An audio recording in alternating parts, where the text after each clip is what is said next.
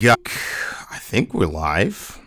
I think we've got probably an hour to talk. So if it's on, then it's on. We'll hang out for an hour, and then if there's nothing to talk about in an hour, we'll bounce. You know what I'm saying? You know what I'm saying? Um, how is everybody today? I heard that the pandemic is over. The big homie Joe Biden just told everybody the pandemic was over. So that's good, I guess. I guess that's going to be the end of mandates and all that jazz. So that's pretty cool.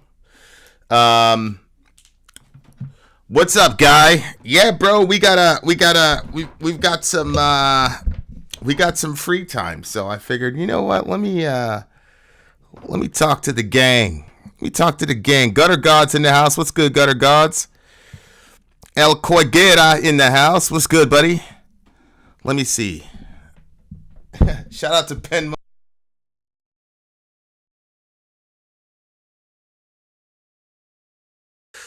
I don't know what we're supposed to believe or we're not supposed to believe. So Facebook or YouTube can censor us because you say the pandemic is over, but then Biden's saying it, so I guess now it's okay for us to say that the pandemic's over. I don't know, bro.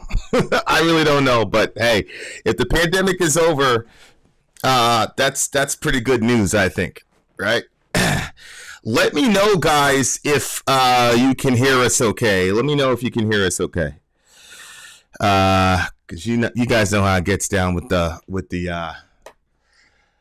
technical difficulties. Just want you to know how big of a fan I've been in a few dark places. You and Wife's work has brought me joy and laughter. God bless and keep it up. Much love. I appreciate that, Jake. I appreciate it. Trust me, it is one of the main reasons we do what we do. But yeah, type 22 if you can hear okay, and then we'll go for it. Jaden, please stop using that term. That'd be great. Please stop using that term. Michelle in the house, gang, gang, gang. Wait for the presidential election cycle. Yeah, I know. It's about to get hectic. It's about to get hectic. Okay, good. So everybody can hear. Who's your favorite other YouTuber that has tired in his name? Yeah, James is tired. It's my favorite YouTuber. Um, you know what's funny? I don't really watch a lot of Christian YouTube.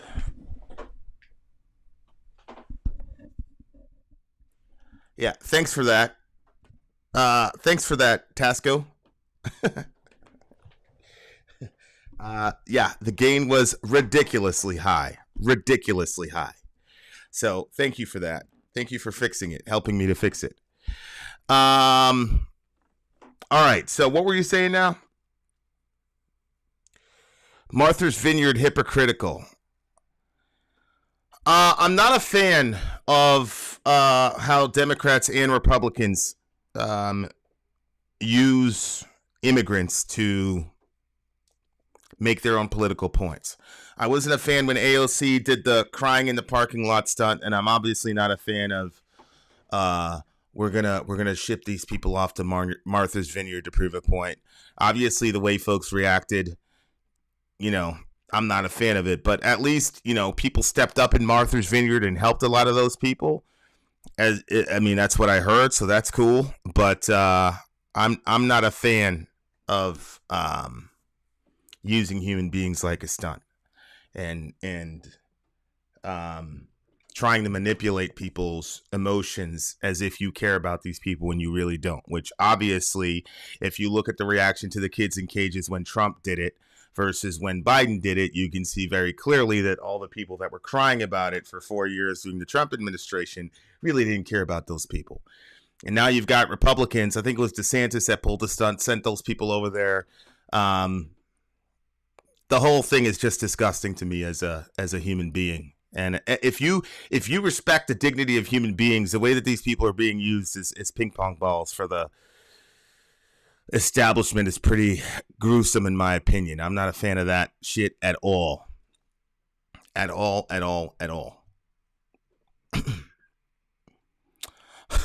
Bo of the fifth column. Yeah, Bo of the fifth column is he's a funny guy. He's a funny guy. AOC can't have a black female POTUS because everyone is racist and or sexist. I mean, I do think that a black female president is a long ways away. You don't need everybody to be racist for a person to not get elected. But the reality is, and I think Obama proved that as long as you're not going to do anything for black people, then you'll be accepted by the establishment. As long as you're the type of black person that makes white people comfortable, and you make it clear that you're not actually going to do anything meaningful for black people, then you're okay, right? I mean, that's how Kamala got to where she is. So I do think I think if Michelle Obama ran, I think she would have a significant shot of winning. So, AOC's, my opinion of AOC, my interpretation of her as a phenomenon and as a person, as a politician, I'm a little bit more nuanced, and maybe it's just wishful thinking, but I don't think AOC is crazy for saying that. I don't know what it's like to be a woman in America. She made a comment in the GQ article where she said something to the effect of, I don't even know if I'm going to be alive in September or something like that. Look, I don't know. We don't know the death threat she's received. We don't know, there's a lot that goes on behind the scenes that we don't know about. So that's kind of where I look at things and I'm like, well, I know it sounds silly and over dramatic or whatever, but we don't know what it's like to be in that situation. Many of us, I mean, I know what it's like to constantly have your life threatened, and one defense mechanism that you use is to say, well, I'm going to die anyway. So that's the only way you can get up in the morning and go outside and go to school, is to just say, oh, I'm going to die anyway. It's going to happen. So whatever. So her saying that, she might have just gotten a death threat, and she might have just said, you know what? I don't know if I'm going to be alive tomorrow.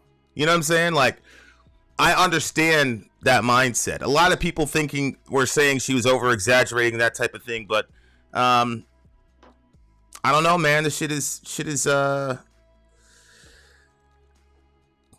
I'm not in her situation, is what I'm saying.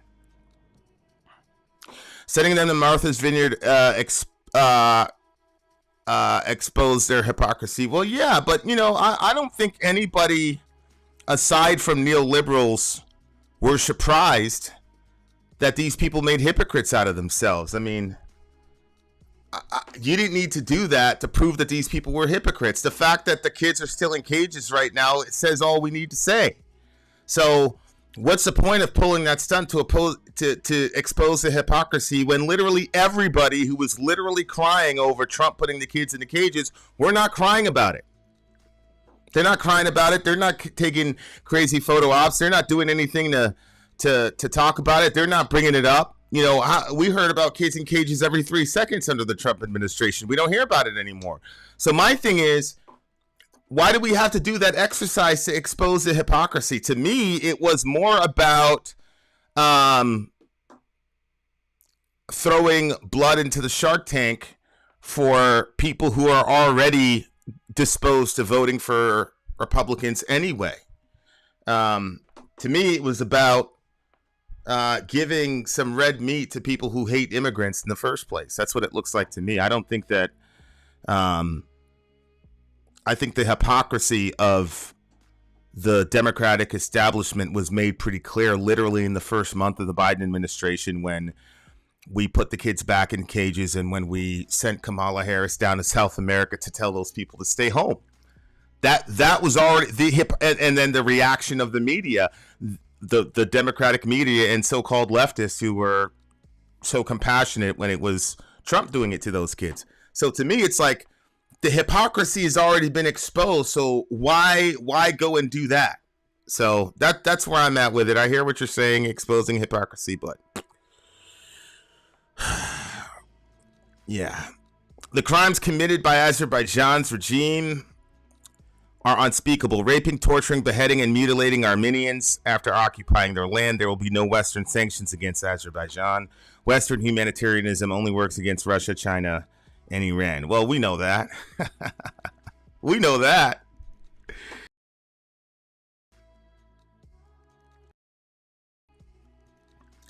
What's your opinion on marijuana as a Christian? I think there's a difference between things like cocaine, things like heroin, which are essentially lab creations, versus things that you pull out of the earth. I also think that when it comes to intoxicants, we have a dynamic equivalency between how you're told to handle alcohol. You're told not to be a drunkard in the scripture on numerous occasions, but you're also told to enjoy wine. And oddly enough, there's a dichotomy in the ancient world, in the ancient biblical world, between wine and strong drink. And strong drink would be the hard stuff, that type of thing. And there were actually festivals in Old Testament Israel where you could indulge in strong drink and party and have a good time. It's basically whatever you crave. So what I'm seeing is do everything in moderation. Don't let it control you. You should be able to stop for a week or a month or whatever. And there are times when you can kind of blitz and party and things like that, but those should be few and far between and in controlled circumstances. So that is my opinion on marijuana.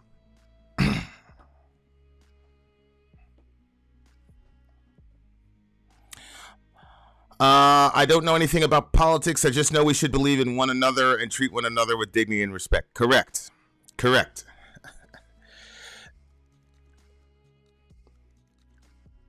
Yeah, God giving you all the seed and herb-bearing plants to use. Correct. I agree. Shout out to Ian. I don't know if Ian's in here, but shout out to Ian. Heroin is in a lab screen. It's derived. Cocaine is also derived from the cocoa plant. Well, yeah, anything on the earth is going to be derived from the earth. What I'm saying is, you're not taking it in its pure form. You're doing some sort of intervention to make the thing what it is. I think that's the difference. Pot is a good medicine and herb, not something to just constantly indulge in. Yeah, again, like you gotta as long as it's moderate. And Paul talks about it. All things are permissible for me, but not all things are beneficial. All things are permissible for me, but I will not be dominated by anything. So that's the issue, is when it comes to, are you the type of person that can get dominated by substances, habits, those types of things? Or are you a person that can quit for 2 or 3 months cold turkey and everything will be fine? That's kind of the difference to me. German police watched serenely as a Nazi is paraded by the streets. A few months ago, they were attacking and arresting people just for wearing Palestinian scarves. You know the deal. You already know what that's about, bro. You know what that's about.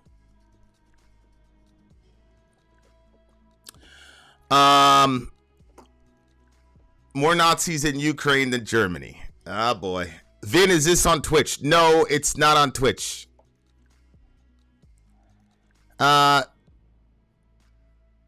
I haven't read any books by Thomas Sowell. I have not. I'm assuming it'll be an interesting read. Do you have a video or something of that nature to point me to that I could look at? Because I would actually look at. Oh snap, Emily.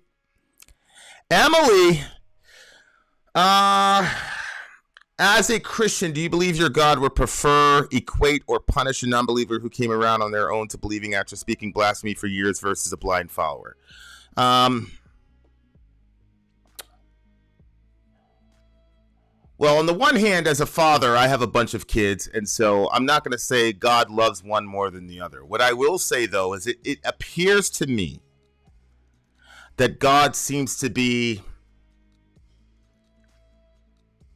It seems that blasphemous people draw out his compassion more than people who are kind of like born into it or whatever. I'm not saying that he loves them more. It just seems like though the blasphemers the badasses draw out more passion from God. And what the other thing that I think about as a parent is, if I'm having a conflict with my children, I would much rather them swear at me, hit me on the shoulder, than ignore me, right? Like, to me, like, as long as the communication is being open, and granted, blasphemy and cursing God and all types of shit is not good, and I don't recommend doing it, but it's still a form of communication.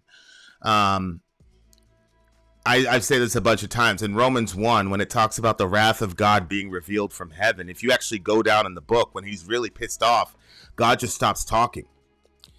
It doesn't say he rains down fire and brimstone. As a matter of fact, there are passages in the Old Testament where God's like, I did this, I did that, I fucked up your country, I destroyed your grain, and yet you wouldn't turn to me. He was doing all this stuff, and the reason he was doing it wasn't because he was mad. It was because he was trying to get their attention. And then other times you see God say, you know what, man, just shut down the temple.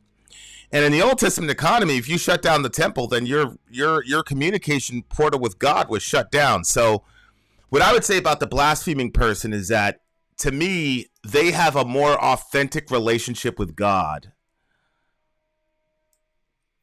than, let's say, a person who's born into it and religion is stale for them and they're just going through the motions. And so it seems that God's compassion is kind of drawn out more than with the blasphemous person than with the other person. That doesn't mean that I think he loves the blasphemous person more.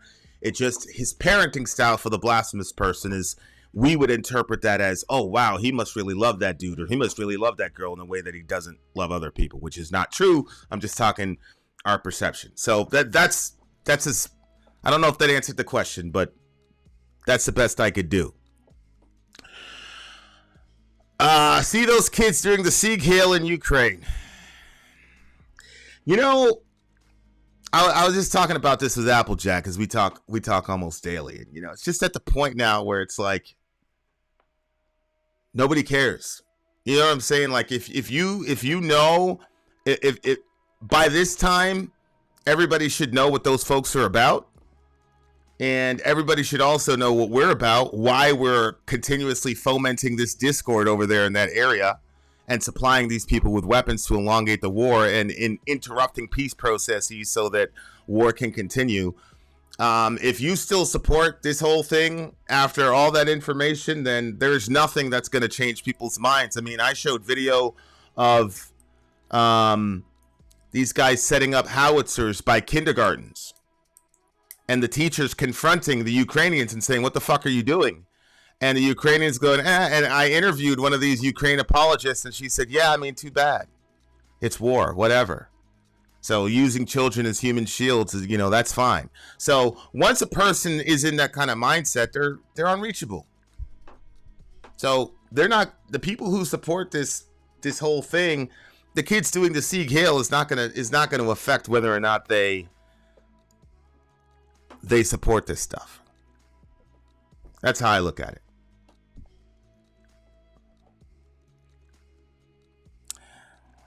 What's going on, DJ?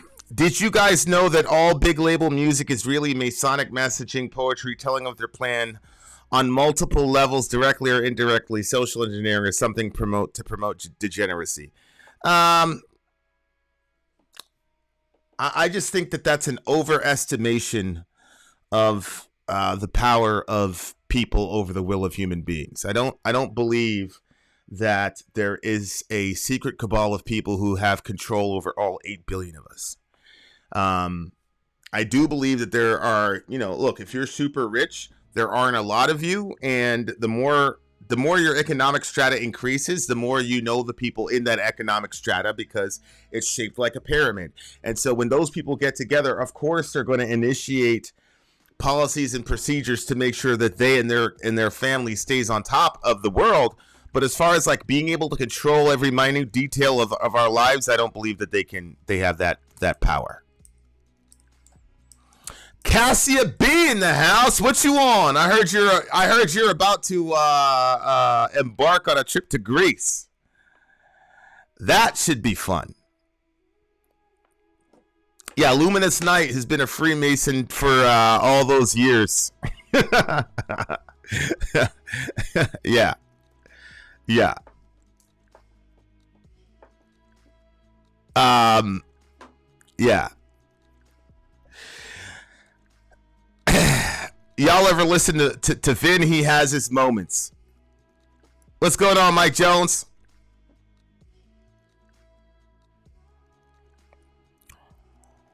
Yeah, I don't believe that the principalities of the power and the powers rule either. But I understand where you're coming from a New Testament perspective for sure. Hey, Vin, this question probably has a longer answer than fits its form, but how do you approach the question of what to do with frozen fertilized embryos in fertility clinics? No, it's find a way to preserve their life. I have a friend who they were doing IVF, all that jazz, and they were calling themselves pro-life, and then when they saw the ramifications of that, they adopted I think they call it a snowflake baby. You basically unfreeze it, implant it, and then you birth the child. It's a pretty crazy story.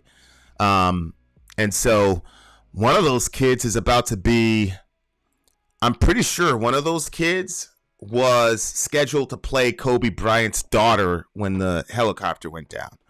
So the point is she's living a great life, and they're obviously a great family. And I think there should be a much bigger push in the Christian circles, pro-life circles, to replicate that until we make that right. So it's not actually a hard question for me to answer. It's a pretty quick one. I am, however, working on my master's thesis. Holy shizzle whizzle.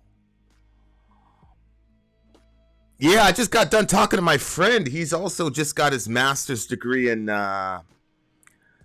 Ayurveda medicine or something like that, because he's a Hindu, or a Bhakti yoga practitioner. I want to say it correctly. Also, negative vibes. Don't forget my my other little thingamajiggy. What's your master's thesis on, by the way? Just got back from youth group. It was tolerable. They gave us candy. Mashallah. Got a question. How's Sori? Man, I don't believe that this baby is gonna come on October 15th. I think he's gonna come quicker than that. We've got an ultrasound tomorrow because the last time we had an ultrasound, homeboy was breached, and we are a couple weeks away. So that sucks. So if you're a praying person, pray about that. I'm not stressing it, but she's been pretty tired, and I think that's her body's way of prepping, because if you've ever been to a childbirth, and I've been to a few of them, it is labor, it is work. It's exhausting, and at the end of it, it literally looks like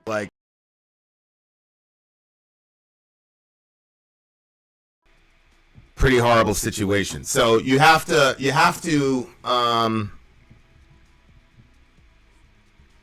gotta rest. But you know how Sori is, or you might not, but she's type A, super driven. She's always got some task list to do, so you gotta kind of stiffen up and be steady and say, babe, just rest. So that's where she's at right now. Who's your favorite author in the Bible? That is interesting. I'd probably say John.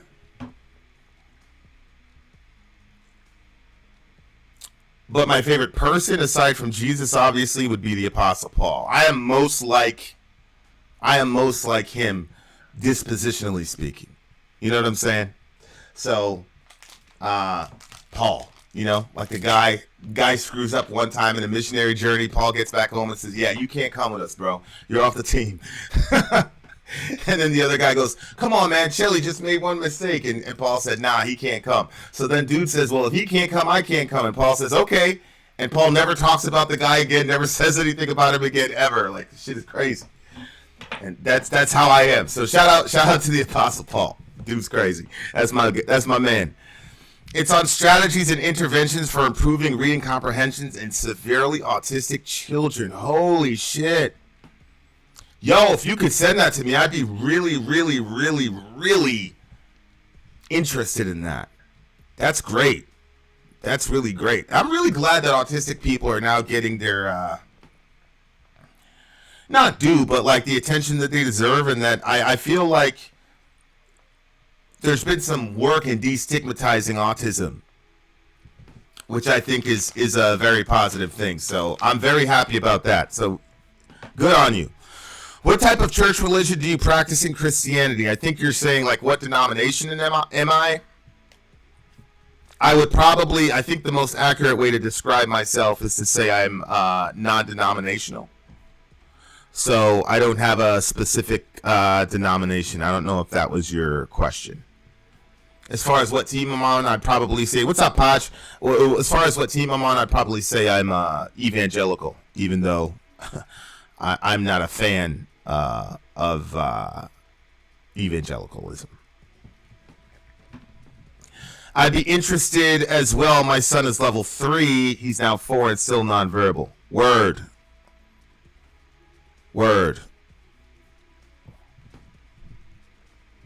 Does anyone think that America is the new Mystery Babylon with all the crazy stuff going on? No, I don't believe that America is Mystery Babylon, and I don't believe that America is even mentioned in the Bible. Predeterminist, Calvinist, I think that is, or no?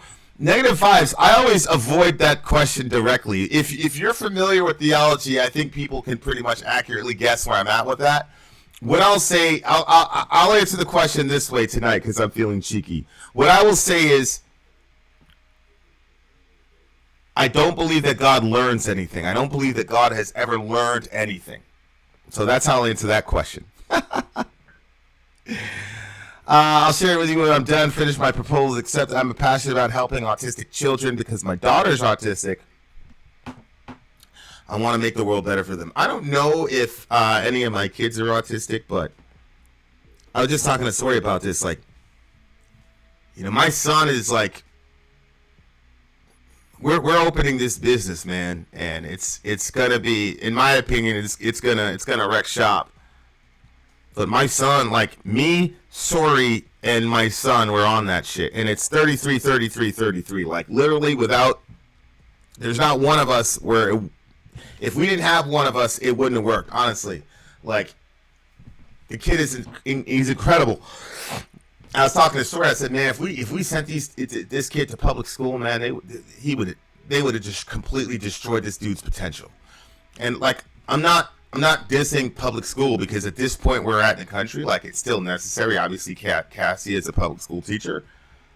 The problem for me is, in my view, as I've gotten to know Cassia, and I've got to see Cassia even in conflict situations, the way she handles conflict, the way she handles, like, her heart is so deep.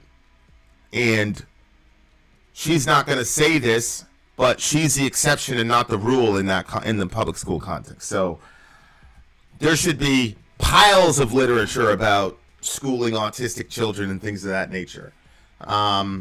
So anyway, my point is, you know, like, I've had my suspicions. I've never taken him to a specialist or anything like that, but I've had my suspicions about a couple of them. And a lot of it is, you know, finding folks' learning style, speaking folks' language, and understanding where people are coming from. We work from home, so we're literally 24/7 with our kids. So the dynamics are we're in a privileged position that other people are not in. So there's a lot of back and forth. Bit of echo on the mic. Of course, there's a bit of echo on the mic. Let me see if I can fix that problem, y'all. Let's see. This is Mike. Hello. I think we're good. I think that should fix the echo. What's up, Muslim? Shout out to the big homie Muslim. Vin, I try to be consistent on valuing human life, but I have a really hard time with murderers, rapists, animal abusers. How would you value them without religion? Well, I mean, obviously, if you say without religion, if I were to say that the universe is empty, then there is no logical way to find an objective basis for human value. So from that context, the most you could say is, you being a child harmer, a murderer, a person who sexually assaults women, you are fucking with the whole and impeding our ability to reproduce and impeding our ability to survive. And as such, we are going to turn against you and just end you and take you off the planet so that the rest of us can survive and reproduce. And I think that's an internally consistent worldview, and I think that that makes a lot of sense. And that's essentially been the story of human history once we started to get organized. So the only reason I would say don't kill that, and that's my position, by the way, like if you just took Vin, pure Vin, then yeah, man, line them all up. But the only reason I'm against lining them up is for Jesus' sake. And that's it.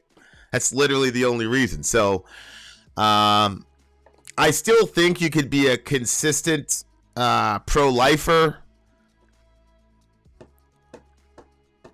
from an atheist worldview or a non-theistic worldview. I still think you can say we're killing this guy because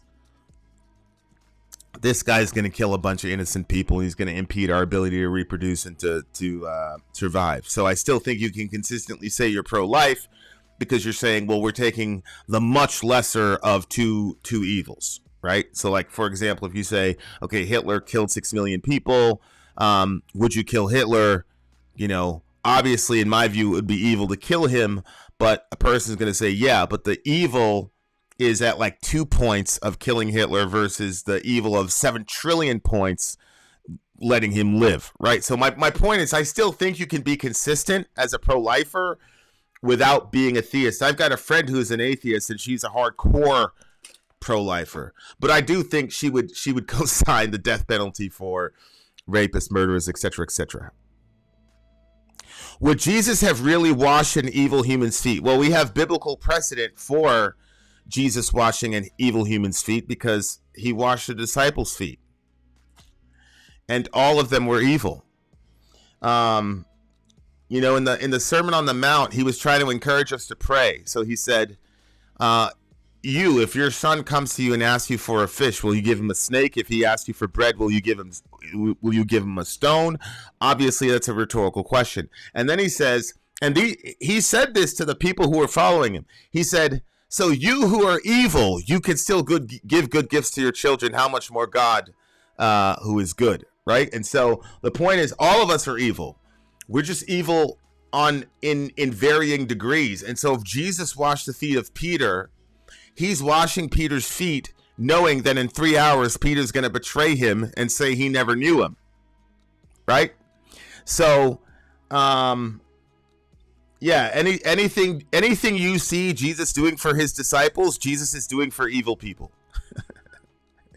So, that's how I'd look at that. Who's your favorite superhero? I'm gonna say Spider-Man, but I feel like there's one that I really love that I'm forgetting about.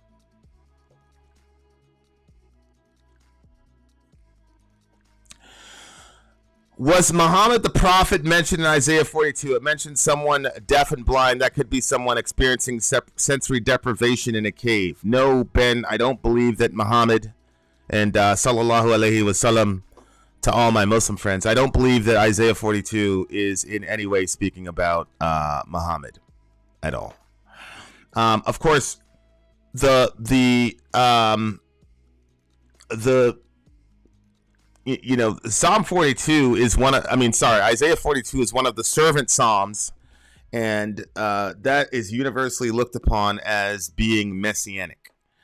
So that's why. And if you look, the servant in Isaiah 42 is actually sent to the Jews. I will make you a covenant for people, and you will be a light to the Gentiles. So this is a person who's initially sent to the Jews, whose ministry would then expand to the Gentiles. So that's how I'd answer that question. Loki. Yes, I do love Loki, but I don't think he's my favorite one. I'm gonna say Spider-Man. I see you and you see me, and what I see is me. Quote from Echoes from Pink Floyd. Yeah, I'm a fan of Pink Floyd. I really love them. As a matter of fact, Pink Floyd was in. after we did the Dark Side of the Moon, we haven't done the wall yet, but after we did the Dark Side of the Moon, we I had that CD in the SUV for literally like a year and a half. And then I replaced it with it's a black metal band. I forgot the name of the band. Best Rorschach from The Watchmen. Damn, I really like that dude. I like the dark people like Batman, right? Like Beachface is right. Like I love like dark characters that are brooding and have some horrible, you know. Spider-Man's got some darkness in himself, but he never really let it take him over. Whereas Bruce Wayne, he just allowed the darkness to kind of take him over, and you know, for a large part of my life, I think that was probably true of me. Like not so much like when I say the dark, I'm just talking about like he just let it. Batman, it seems to me, he let it consume him, and he was never able to kind of get past him and past the blame of himself for the death of his parents and things of that nature. And I've got a couple of those situations, you know. If you would have done X, Y, and Z thing differently, this would have happened. This person would still be here, type of situation. So I've always been kind of drawn to characters like that. But I think the way that Spider-Man handles his grief is actually a lot more healthy. But I'm sorry, we're drawn to who we're drawn to. Nothing we can do about it. Dirk in the house. I'm not locked in here with you. You're locked here with me. Dirk, bro. I've been going crazy on that piece, dude. We need to set some time together and really like find a way to like harmonize shit, because unbelievable. Unbelievable. Like that piece, man, is gonna like, this is like, I don't know. I really feel like it's Linkin Park level stuff. We just got to make sure that the lyrics and the cadence ball out for the music. But anyway, I wanted to tell you that because that shit was tight as hell, bro. I appreciate you. What's your opinion on modern Christianity, work salvations, online evangelists, etc.? Let's not stand on ceremony here, Mr. Wayne. What is the power metal band you could not finish? I don't want to say it, bro. Send me an email. I'll send it to you in an email response like right now. I don't want to say it publicly because I really don't want to, like, I'm not out to like diss bands. Like I'll tell like my opinion, but we dragged that band so much in so many videos. I don't want to come out and say it. So send me an email. What's up, Esdon? What's up, Esdon? Okay, my opinion on modern Christianity.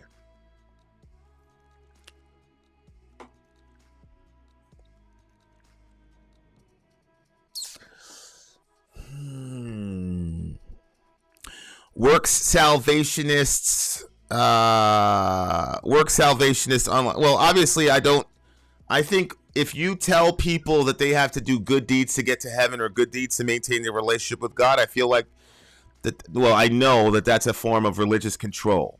When you're a person who is perceived to have spiritual authority, if you tell people that they have to work their way into heaven, that automatically puts you in a power position over them, because nobody, if you have a sensitive conscience, is ever going to do good enough to work their way to heaven or even maintain a good relationship with God. My kids don't have to do anything to maintain a good relationship with me. I'm their father. That's it. That's never going to change. So, but if I told them like, hey, if you do this and this, I'm not going to be your father, or I might kick you out. Now I'm controlling you, and now your good deeds are coming out of a place of fear and self-preservation instead of love and gratitude. Love is always other-oriented. Gratitude is always other-oriented. Fear is always self-oriented and self-motivated. And so when you tell people to work their way into heaven, and hey, if your good deeds outweigh your bad deeds on the scale, then you're in and you're out, then that puts the spiritual authority as the person in control over your life, because you always have to check in with them because they're the arbiter of what's good and what's not. It's a giant control mechanism, and I loathe it, and so does God. And so I'm always going to be against that kind of preaching and teaching, because I've seen, I mean, anybody that's been in evangelicalism has seen the power that kind of manipulation does to people. To put it for you in perspective, I was brought into Christianity from family. I always believed in the true gospel. Recently, truly coming back to God, I found those guys, and I felt uneasy listening. Yeah, man. Like once you like get out of that context, you look back at it, it's kind of cringe. And that's why I always say, like, I have some serious criticisms from modern American evangelicalism. They're still my people, so I'm not going to say those people, because we're still in it. So, like, for example, the way we treat LGBT people, and now you've got these people in Texas saying that they're not going to cover an HIV prophylactic for gay people because it they disagree with the lifestyle. We're talking about killing people now. And so when I did a story on that, I didn't say like these people have a homophobia problem. I say we have a homophobia problem because those are still my people. You see what I'm saying? And so, yeah, man, a lot of that shit is cringe, bro. And I'm sure 5 years from now, I'm going to look back at a lot of my videos and be like, oh, I don't really agree with that right now. Like, we're all works in progress. You know what I'm saying? But yeah, for sure. Current guitar of your choosing. You know, somebody from the channel gifted me with a guitar, and I forgot the name of the guitar.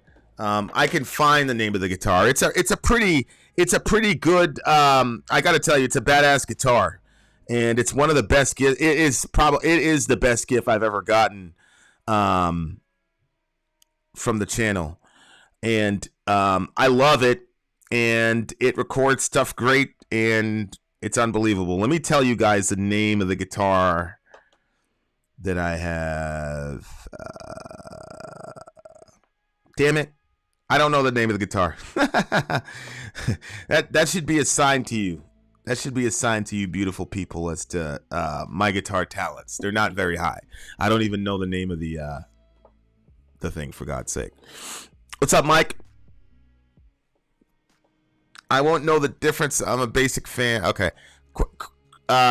Christians call Jesus a lion of the tribe of Judah, and yet Jesus calls him a lion that comes to steal and destroy. It's a bit confusing. Okay, so yeah. So in 1 Peter, it says, your enemy, the devil, is like a roaring lion seeking to devour whoever he may destroy, right? And then in Revelation, Jesus is called a lion of the tribe of Judah. And I think the easiest way to say it is to say that in the ancient Near East, the lion was the king of the jungle. And so relative to the kingdom of darkness, whoever is at the top of that food chain would be the lion in that kingdom of darkness. And then you say, okay, who's the top of the food chain in the kingdom of light? You'd say that's Jesus. So you've got two lions, right? And they got to duke it out. It's kind of like Lion King. You know, you had the rightful king, and then you had the imposter, and then they had the jihad at the end, all that jazz. The major difference, where the only way that analogy breaks down, is there's no real equivalency between Jesus and Satan in a biblical worldview, right? They're both lions, but Jesus created Satan. He made him, and he sustains his life to this moment. And so it's not going to be a giant fight. All it's saying to Christians is that, listen, you are now engaged in a spiritual war, and you have got to take your enemy seriously, because you're going up against the top of the food chain. And then we're told later in Revelation, but don't worry, because you've got a lion that's got your back too, and he's a lot more fierce than the other one, so don't stress it. So you need to respect your enemy, but you cannot fear your enemy. And so you can put both of those together that way. That's how I do.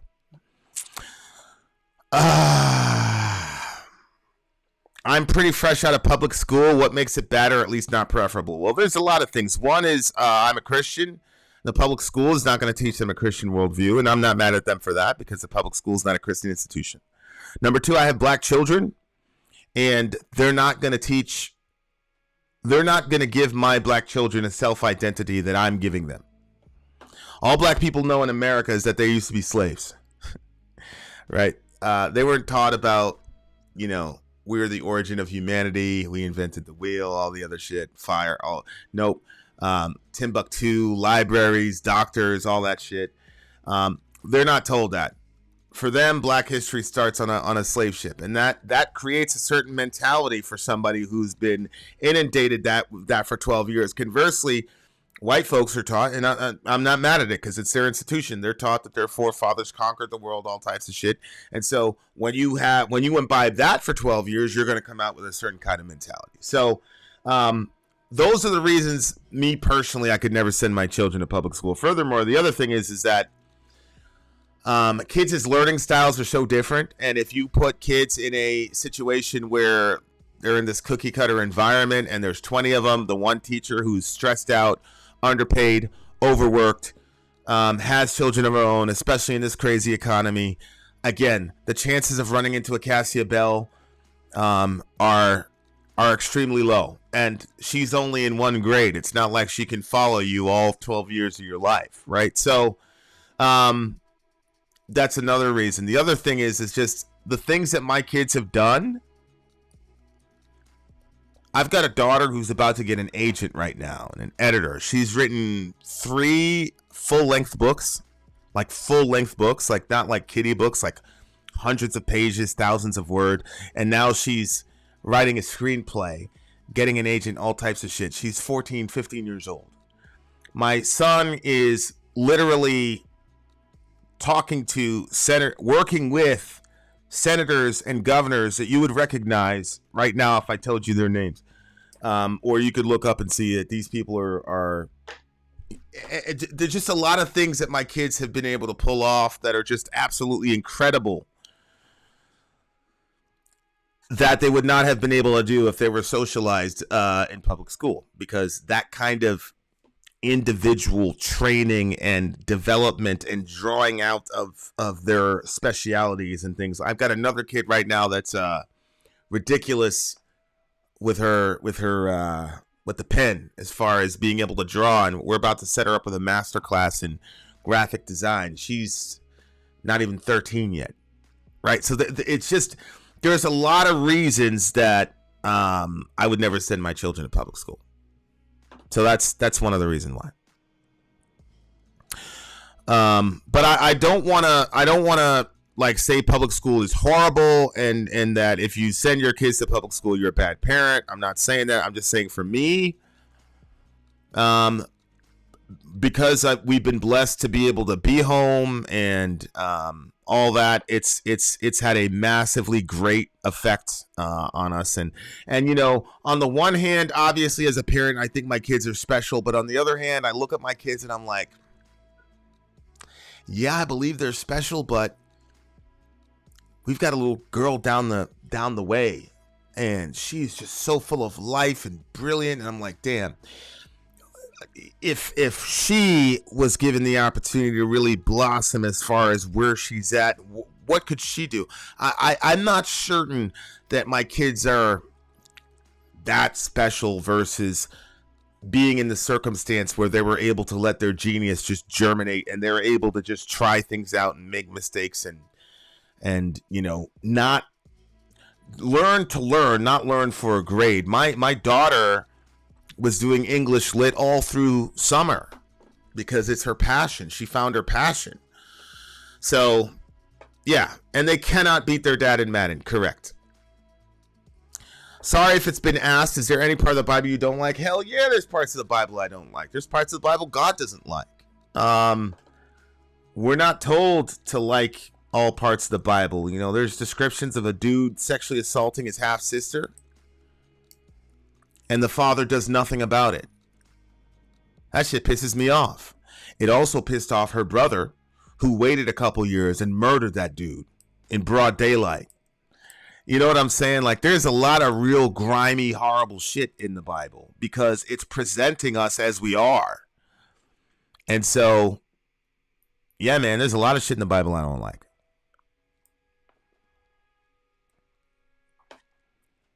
Class sizes are too large to be able to give the one-on-one attention they need in many cases. Yeah. No, I agree. And, you know, like, at some point it's like, what the hell are we doing? You know what I'm saying? Like, what's the plan? You know? But these teachers, you know, they're out there, they've been protesting all that jazz, and there's been no coverage of it, really. You know, TYT's been keeping up with it and all the rest of it, but a lot of these teachers have been protesting. And of course, the media isn't picking up. And then you have to ask yourself the question, well, why isn't the media picking that up? Right? Why isn't the media telling us that these teachers have a gripe and what their gripe is and what they're upset about? I think that's important. And I think the fact that they won't do that speaks volumes.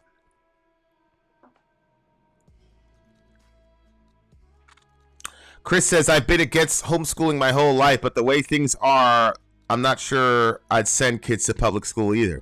That's curious to me. Why would you be against homeschooling? That's a fascinating thought. When we first showed up, you know, before COVID and all that, and we came out as homeschool parents, I was really blown away by the emotions and the how negative the backlash was from people.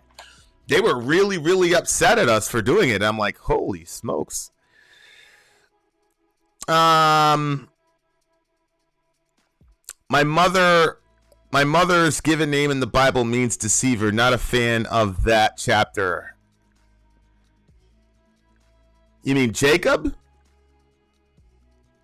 That's interesting.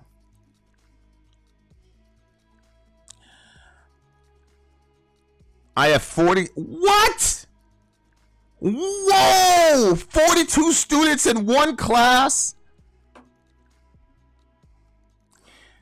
42 students in one class. This shit is incredible to me. Is it a co-op or is it me? Yeah, it's just me and Sori. It's just me and Sori. But a co-op wouldn't work for us either, man, because our lifestyle, it's just a really, really unique lifestyle and a really unique philosophy on parenting and teaching. And I told her one day we'll probably write a book, but I mean, the proof's in the pudding. My son went to some Republican thingamajiggy and he got called out by some senator thingamajiggy, and they were like, basically like, this is the future, blah, blah, blah, blah, blah, blah, blah. They were trying to ask him like what academy he went to, all type of shit. Yeah, so I mean, you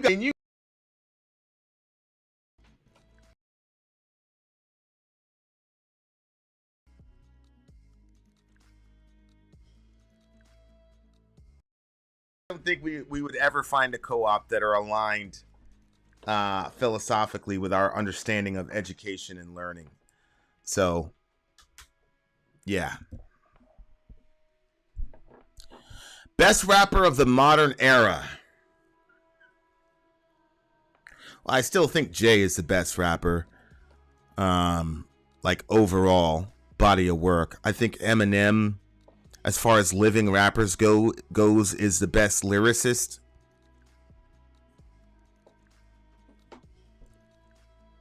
I think Kanye's the best producer. I forgot dude's name. He's I think J. Cole. I like J. Cole. I really love Meek Mill.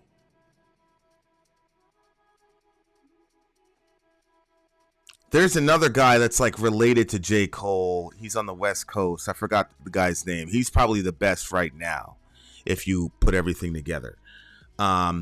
I think, you know, Eminem is great. The problem with Eminem is he hasn't been able to modernize to the current era of rap.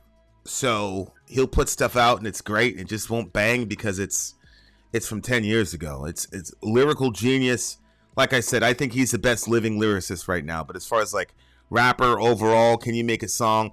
Right now, Eminem to me is Yngwie Malmsteen. You know, a guy who's just an unbelievable specialist, but doesn't really make good songs in the modern era, in my opinion. That's kind of where I'm at with it.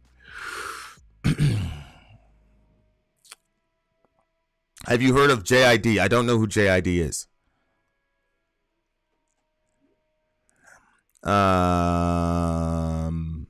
Yeah, I was gonna see, because I know I'm not qualified to teach my I know I'm not qualified to teach my kids math. That's funny. Yeah, Stone Cold. Modern matters to me though, because that definitely has to go to be part of your score. because if you can't reinvent yourself, then you cannot be considered great at the time, right? So, like, for example, when Tom Brady started quarterbacking, the game has evolved so much, and Tom has evolved with it and is still able to dominate in the new way that football is being played. So you can't say modernity doesn't matter. Eminem cannot make a hit record anymore because he doesn't have that in his bag. But that does not mean that he's not a great lyricist. I still think he's the best lyricist right now, in my opinion.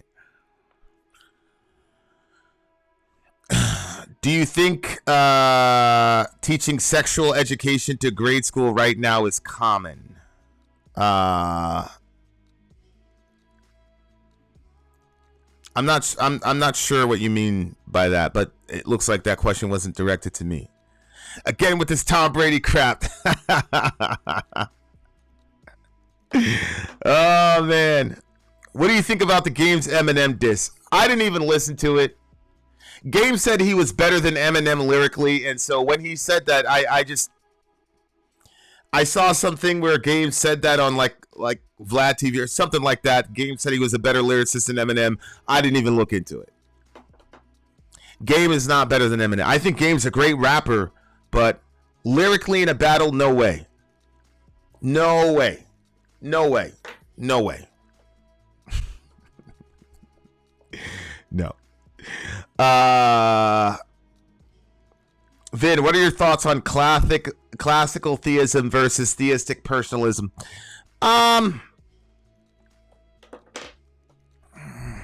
You know, my man Perkinos asked me that question.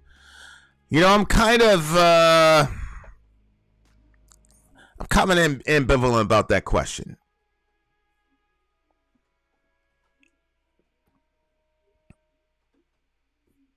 You know, it's kind of, you know, I'm kind of flirting with that stuff due to the science stuff I'm looking at with Bernardo Kastrup, Don Hoffman, the Essentia Foundation, those type of guys. But I'm not sure yet. Ask me again in the next Ask Me Anything. I'll probably have an answer for you.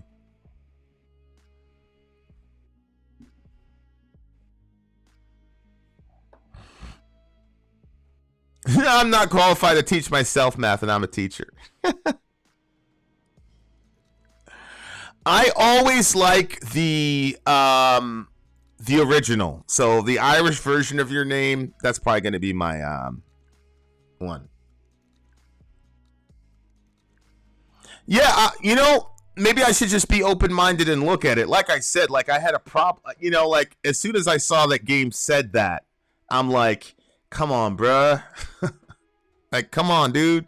Like, you barely beat 50 Cent in a rap battle, bro. Like, nah, I'm lying. But 50's a trash rapper. He's not a good rapper. You know, 50, nobody ever looked at 50 and was like, yo, lyrically, yo, this guy 50 is crazy. Nobody ever said that about 50. 50 to me is like the diametric opposite of Eminem. 50 made very good club songs and very good party songs. Like, he's not a lyricist. You know what I'm saying? I like that. Is MGK the guy that said I need you in my life, whatever? He's the one dating Jennifer, whatever her name is. There's a machine, I think it's Machine Gun Kelly. Yeah, DMX, the same thing. Like, nobody's looking at DMX and was like, yo, lyrically DMX is crazy. You know what I'm saying? If Eminem and DMX got in a rap battle, Eminem would destroy him. There's not a lot of people that I would say that would beat Eminem, especially in his prime. You know, Big Pun, Rascass, Big, obviously.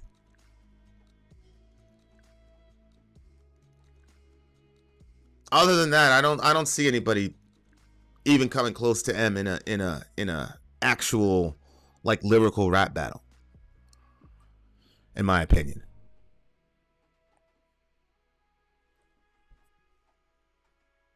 Yeah, Get Rich or Die Trying was amazing front to back. I'm not gonna lie to you, I've never listened to that album.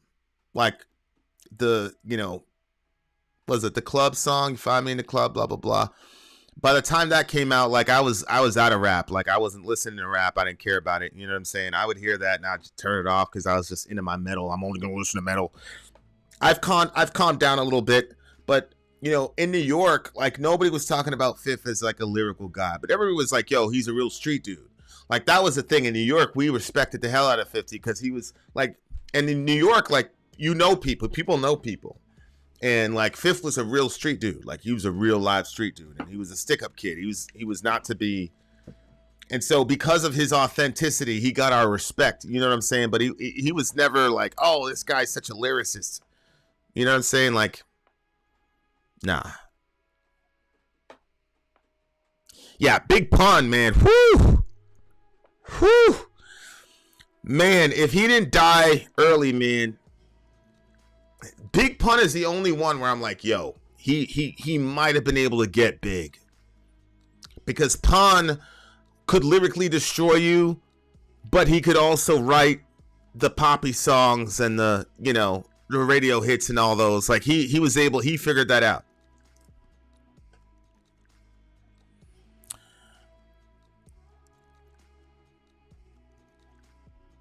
But yeah, Pun. Me and DJ talk about Pun from time to time, and Bone Thugs.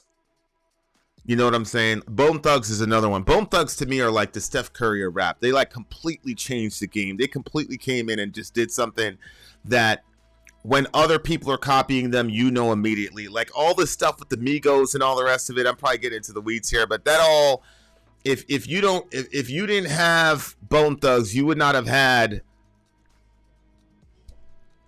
the vast majority of the modern rap that you see today. Like they really started that shit. I mean, it was literally Bone Thugs in harmony. And right now, if you're a rapper, you have got to be able to sing.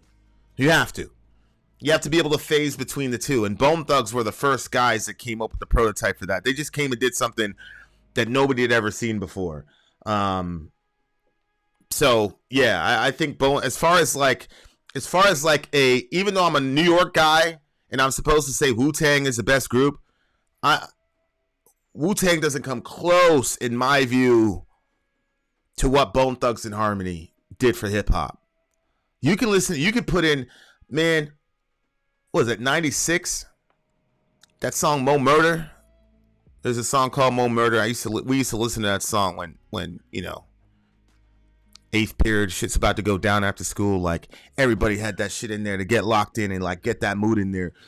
You could play the song Mo Murder could come out today and the shit doesn't sound like a 90s song at all. It's like evergreen. You know what I'm saying? Whereas Wu-Tang, like it just, you put it on, it's like, yep, this is a 90s in the gutter. And it's okay, but it's not on the same, no. It's not on the same level as Bone Thugs for me. Those guys are, they were the most, Bone Thugs to me are the most metal, you know, rap group of all time. Like I'm surprised that a whole bunch of metal bands haven't like jumped on that and said, let's do a song together, because man, that Mo Murder song, like, I don't know. I might actually fuck around and make a metal cover. I might fuck around and make a metal cover of that song. Like that's how much I believe in that. Cassia said this might surprise you, but I exercise the NWA. Hell nah. I always knew you was a gangster, Cassie. It kind of bothers me that so many performers don't compose music or write their own lyrics anymore. Yeah, I mean, yeah, you know, I can't imagine it. I can't imagine somebody saying, okay, here's you know, here's this song or whatever, but, and you know, so just sing and write it like we say. Like I can't imagine doing that, but you know, hey, to each their own, whatever. When can we have our talk about everything? Holy shit, about everything. Yeah, No Surrender. Yeah, Bone had just so many of those songs, man. And yeah, Stone Cold is right. The keyboards and the synth, that's the other thing, is they expanded like your palette as a hip hop head. As a matter of fact, the last group I was rocking with heavy before I discovered Korn was Bone Thugs. So they kind of like prepped me for metal.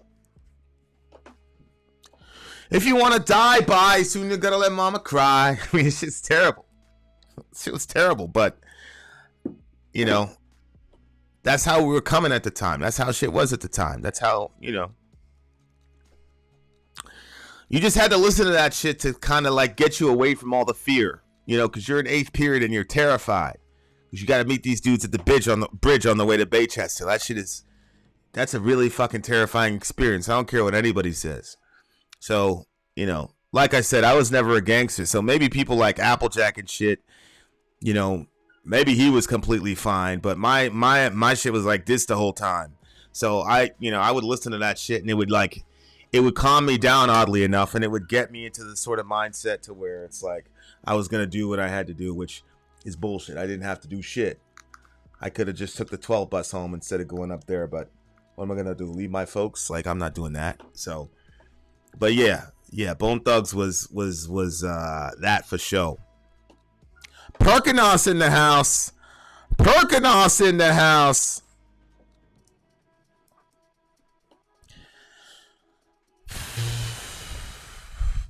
Bone had a lot of sinister sounds. Folks thought they were, oh yeah, my older brother, like, I gotta ask him again, but like for a long time, dude was like, yo, they worship the devil, blah, blah, blah. Like, that's how dark those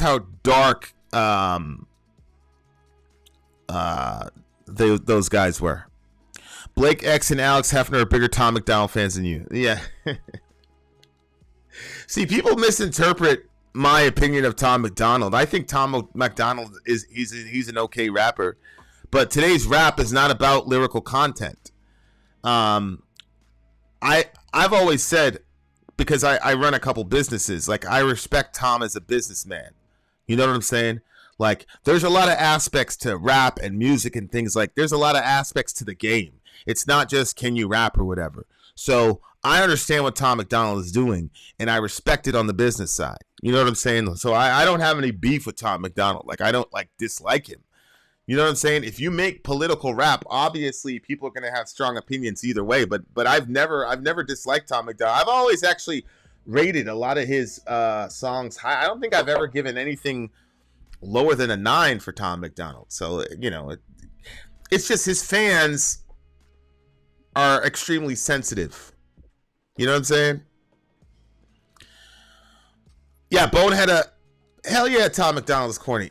When is our song coming out? Well, Dirk Diggler is a really, really gifted musician. So we just added him at least for one song to the band. So that's good. I'm really, really excited, actually, for this new song, man, because this shit is crazy. Did God order the Jews to commit a Holocaust in Canaan after 4 years in the desert?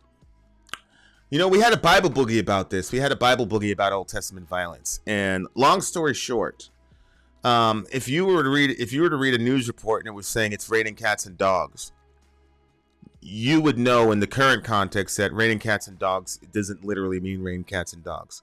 In the same way, when you hear things like kill everybody, man, women, children, blah, blah, blah, wipe them from the face of the earth, this is a euphemism for saying just win the war. We know that because, for example, there were nations on this kill list, right? So one of them were Hittites. So God says, eliminate all the Hittites. And then you go to Joshua Conquest saying, all the Hittites have been murdered, killed, whatever. And then you get to 1 Samuel and then 2 Samuel. And there's this guy named Uriah, and he's a Hittite. And David, the king at the time, falls in lust with Uriah's wife. So he sets up Uriah to be killed on the battlefield so that he can have this woman. And God shows up and says, what the fuck is wrong with you? You should have done that. So now I'm going to take your son from you because you took Uriah's life. So in the old, so it's like, wait a second, in Deuteronomy, the Hittites are like, we're supposed to completely wipe them out. But now here you go fighting against your own people for these Hittites. The same thing happened with the Canaanites. There were these Canaanites, a sub-tribe of the Canaanites called the Gibeonites. And Saul, and it's very interesting. It says Saul, because of his zeal for Israel, tried to completely wipe them out. Well, they were on the kill list. But it says Saul, because of his zeal for Israel, tried to completely wipe them out. And so what ended up happening was they basically had to flee to the mountains, and then God sends a plague, a famine on the land, so nobody can eat. So the king goes, "What the fuck? What's going on? Why are you doing this?" And God said, "You guys sinned against these Gibeonites, and you got to make that right. Otherwise, nobody's going to eat." And so David goes up to them and says, "Hey, what can we do to repay you so that God doesn't destroy our land?" And they said, "We don't have the right to do that. I mean, we're guests in your land." And David's like, "Yeah, just the same. You got to tell us to do something." So they basically said, "Well, get us 7 of Saul's family, execute them, and then we'll call it good, and then we'll live in peace." So the point is, those phrases like "end them all," that type of thing, was ancient Near Eastern customary language for win a decisive war. It doesn't mean you completely eliminated all those people. It's not what it means. What it means is these are bad guys. Go to war. You're going to win. So go ahead. But it was understood that it doesn't literally mean to kill everybody. And I just gave you 2 examples from the Old Testament where you're supposed to know that it didn't literally mean that. The problem is that when you read these passages from 21st century lenses with 21st century assumptions and Aristotelian assumptions when you're reading into a text, instead of going to say, how would a person in the ancient Near East have read this? How would they have understood it in the ancient Near East? Because on the one hand, we're told the Hittites are completely destroyed. Their name is blotted out from the land. And then 2 chapters later, you see all these Hittites and all the rest of it. The original audience understood what was going on. But the 21st century audience, obviously, because we have the capacity to actually eliminate whole groups of people, we're looking at it differently because now we've got technology where we're actually able to do that in a very short period of time. So that's how to answer that question. Bone Thugs and Harmony, look into my... Oh, yeah. We're more than thugs. We're more than thugs. What was the name of that song? That song got me through a pretty hard time in Parsippany, New Jersey. Come look deeply in my Days of Our Lives. Yeah, Bone Thugs did this song called Days of Our Lives, and those guys were absolutely incredible. They were incredible. I love them. Yeah, they were absolutely the best. They're the best. Anybody that says, I'm sorry, man, I love Wu-Tang Clan, but honestly, Wu-Tang Clan, I mean, in my opinion, they didn't really have a lot of like really bang up songs where you're like, oh my God. You know what I'm saying? Like Triumph was crazy, Bomb Atomically, Socrates' philosophies, not hypocrisy. Like everybody was spinning that verse in 97, bro. Like everybody on the train, whatever. And then dude starts rap, everybody would jump in on the train. Shit was crazy. Like to this day, that verse is like, in my opinion, that's the hardest verse in hip hop history. But as far as like being able to consistently produce, I hate Cream.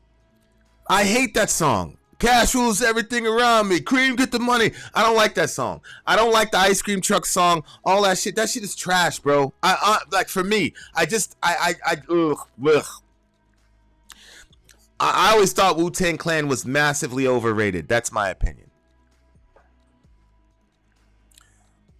Did you take down the behemoth blow your trumpet Gabriel reaction? No, I did not. But they might have, because sometimes the record label was like, wait a second, and they'll block it like retroactively. So I'm not sure.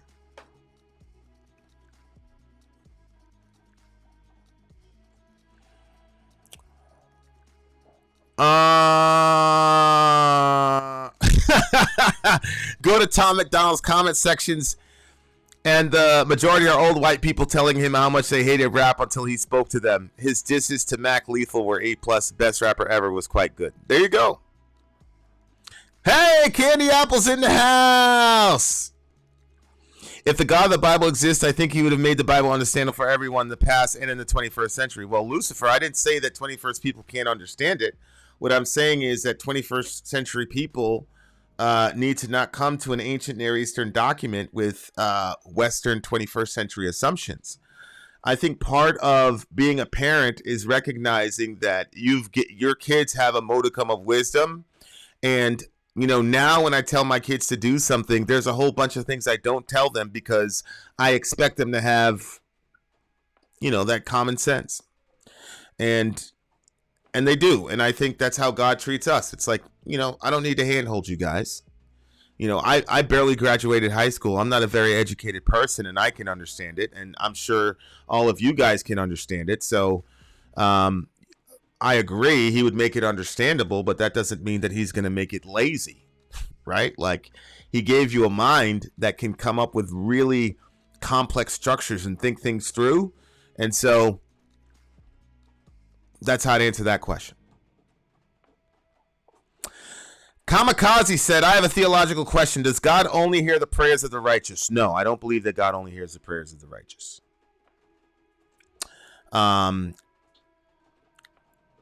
There's a specific passage where Abraham, who's obviously a big hero, Abrahamic religions, Abraham goes into this land and he's afraid that because his wife is beautiful, that dudes are going to kill him in order to sleep with his wife. So he tells his wife, tell the king that I'm your brother, that we're brother and sister, so that he won't murder me. Well, of course, this is a beautiful woman.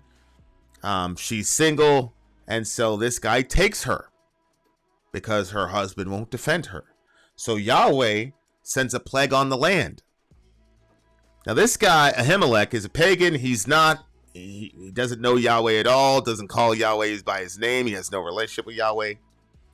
Jesus shows up to this dude and says, you're a dead man because you have another man's wife. And the guy says, whoa, whoa, whoa. He says, hey, I didn't know that she was married. Homeboy told me that that was his sister. So now all of us are going to die because this guy told me a lie? I didn't know. And Jesus said, yeah, I know you didn't know. But Jesus said, you better let that woman go. I'm going to kill you all. So that's a situation where a pagan and God are having a conversation, because prayer is simply a conversation with God. And not only did this guy have a conversation with God, he argued with God. He argued his case, and he even said, "Are you going to destroy the righteous? What are you doing? Are you going to destroy an innocent person?" And so God absolutely heard his prayer, and didn't kill him. Gave him an opportunity to send Sarah back, and then he showed up, and so that's one example. But there's multiple examples. Absolutely, God hears the prayers of the wicked. For sure. Does shouting the F word count as a prayer? It depends on where you direct the F word. There's been times when I've been thinking about abortion or thinking about what happened in Uvalde. The most recent experience I had at this was Uvalde, where it was so tragic that I could not even speak. When I was, bawling. You guys know I'm a big softie. Anytime something happens to my kids, there it is. Anytime something happens to kids, I always think about my kids.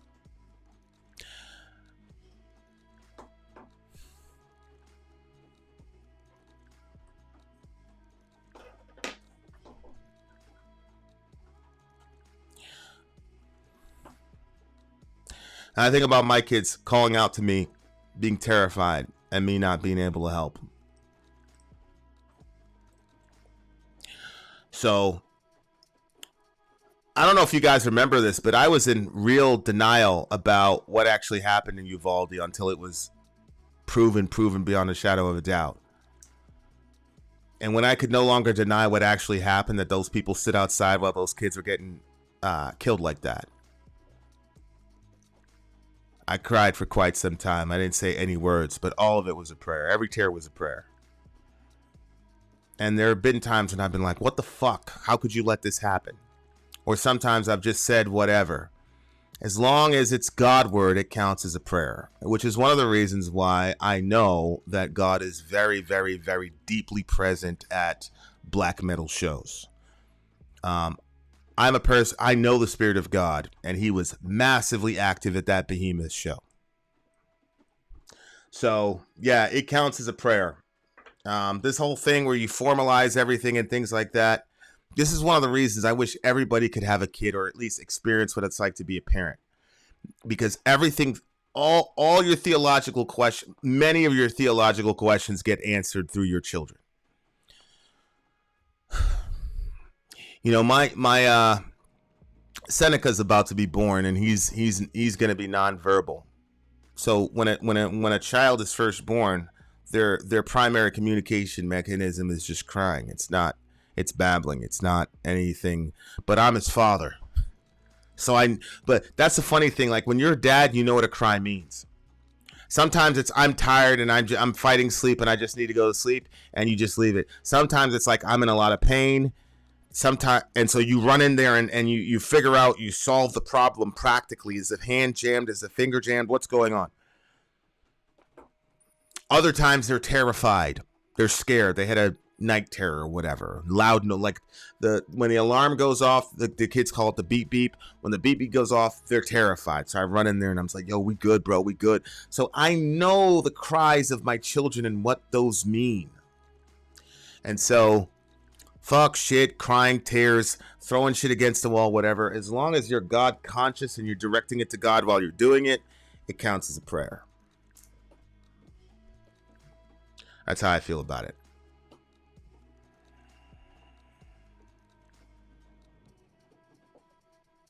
Yeah, candy apples. I appreciate it. You know, we do need to be strong, that's for sure.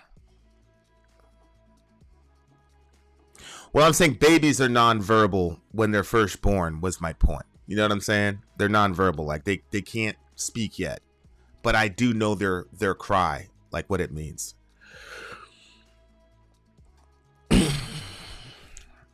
At some point in your life, did you think that God put the world on automatic and killed himself? That's a very brilliant way of saying it. No. I've always had a very unusual relationship with God. My first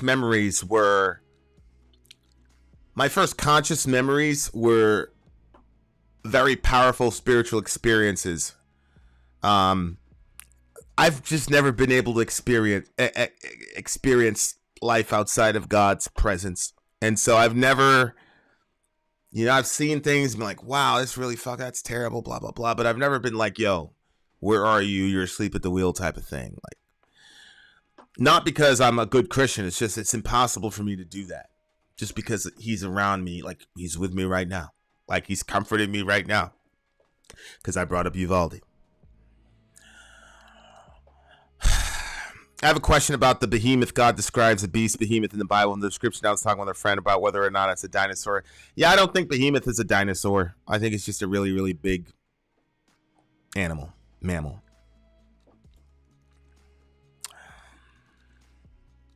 Oh, no, it's all good. It's all good, Tony. Pony, it's all good. Thank you so much for your answer. I've seen a video and it said, oh, we wonder why God doesn't hear prayers because we're not righteous, but this made no sense to me. But again, this is what I'm talking about. Like when you make a person's relationship with God about how righteous you are or whatever, now I can control you. So now you're not righteous enough. God's not going to hear your prayer. So unless I declare you righteous, now God won't hear your prayer. This is the way religious people get control over people. The way to get righteous is to keep praying. You do not take a bath before you take a shower. So the way to get righteous is to keep praying. If you're not righteous enough, then you need to pray more. Not the other way around. You don't get righteous enough to earn the right to pray. Holy shit. Can you keep she's had a lot of, and I don't know where she's a very good okay, yeah, I'll definitely pray about that for sure. Serious question. I'm an atheist and I have hardcore asked if God came down from the heavens, would I believe in him? But if another God came down from the heavens, would you worship said gods? I don't know what you mean by that. Like, if, first of all, this is going to surprise you. I do believe that there are other gods that come down from the heavens. So no, I wouldn't worship them. Because God because that's why God is called the Most High, because there are high deities in the universe, but God made them, and he is over and above the council of the gods, as the scripture says in Psalm 82. So I would not believe in them in the sense that I would abandon Yahweh and pledge fealty to them. I would never do that. I'm rolling with the Trinity come hell or high water. So that's how to answer that question. Appreciate you too, Kami. Can you pray for more jihad for the military industrial complex? Well, you know, it's like praying for the sky to be blue, my man. Them boys is on it already. I really respect the personal aspects of you being religious, so to speak. Organized religion and blindly following a holy person is what pisses me off the most about religions. Yeah, I mean, I think there's benefits to organized religion. I mean, organized religion got us hospitals and things of that nature. But I agree with you. When you start introducing power dynamics and you've got one guy that is a determiner of who goes to heaven or hell, and it's not about Jesus anymore, hell yeah, man. Stay far away from that shit. But that's not the same thing as you and your walk with God. You know what I'm saying? Thor is gonna be jealous, Vin. Some people believe that fallen angels are actually what most people would consider to be extraterrestrial. Well, look, man. If you were an extra dimensional being, and you wanted to interface with people that are stuck in the three-dimensional world, in the three dimensions that we're in, how would you reveal yourself? You know, I was watching a guy on the Lex Friedman podcast. The guy's he's a brilliant guy, brilliant Princeton something of science something, and he said, look, if you were an extra dimensional being and you went to the first humans, what would you be? Well, you'd be like this weird spirit in the woods. You know, these guys are nonverbal cavemen, whatever. You'd be a spirit in the woods. And then as we leave the woods and start creating culture and start having religions, then you would be the gods coming down from the heavens. Well, how would you reveal yourself if you were in a post-enlightenment world where people claimed they didn't believe in gods and angels anymore, but you're in sort of the scientific era? How would you reveal yourself? You would reveal yourself as a sort of, you know, extraterrestrial, you know, scientific background, laws of physics, that type of thing.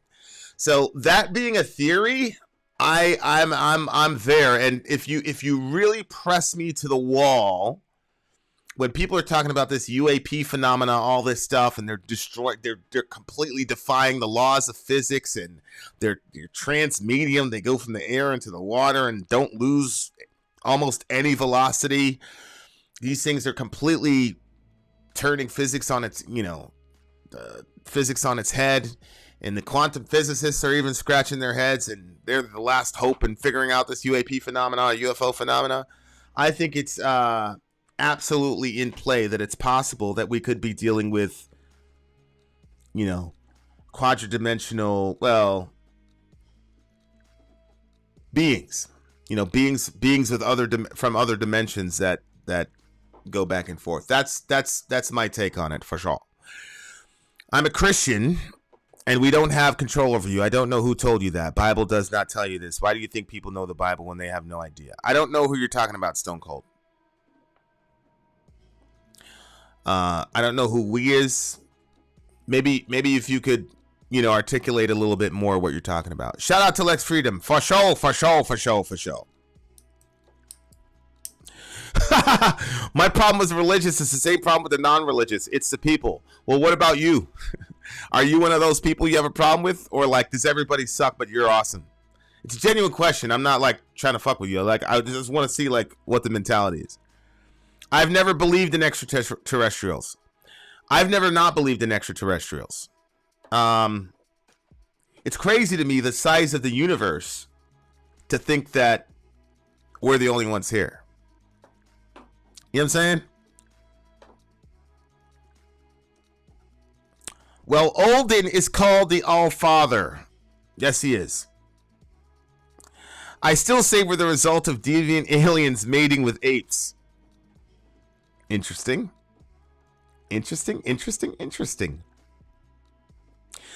Have you heard of Dave Smith? What are your thoughts on him? No, I haven't heard of him.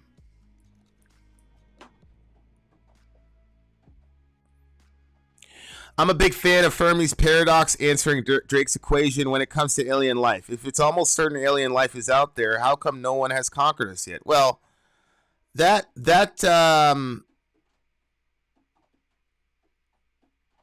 question assumes that those beings are like us, right? So, like, I think it was like the same guy on Alex Friedman's show. He said, if you could become an ant, if you could incarnate into an ant's world, the ant would say, what kind of dirt do you eat? Or it was a worm or something like that. They say, what kind of dirt do you eat, right? Because the worm, you know, their paradigm is they're in the dirt all the time. So that's how they're going to talk. So we look at it like, well, if we had this overwhelming power, we would just colonize and conquer everything because that's what we do. But that assumes that those people are like us and that they have our agenda and that what's important to us is important to them. The other thing is that also assumes that we have not been conquered. How do you know we haven't been conquered?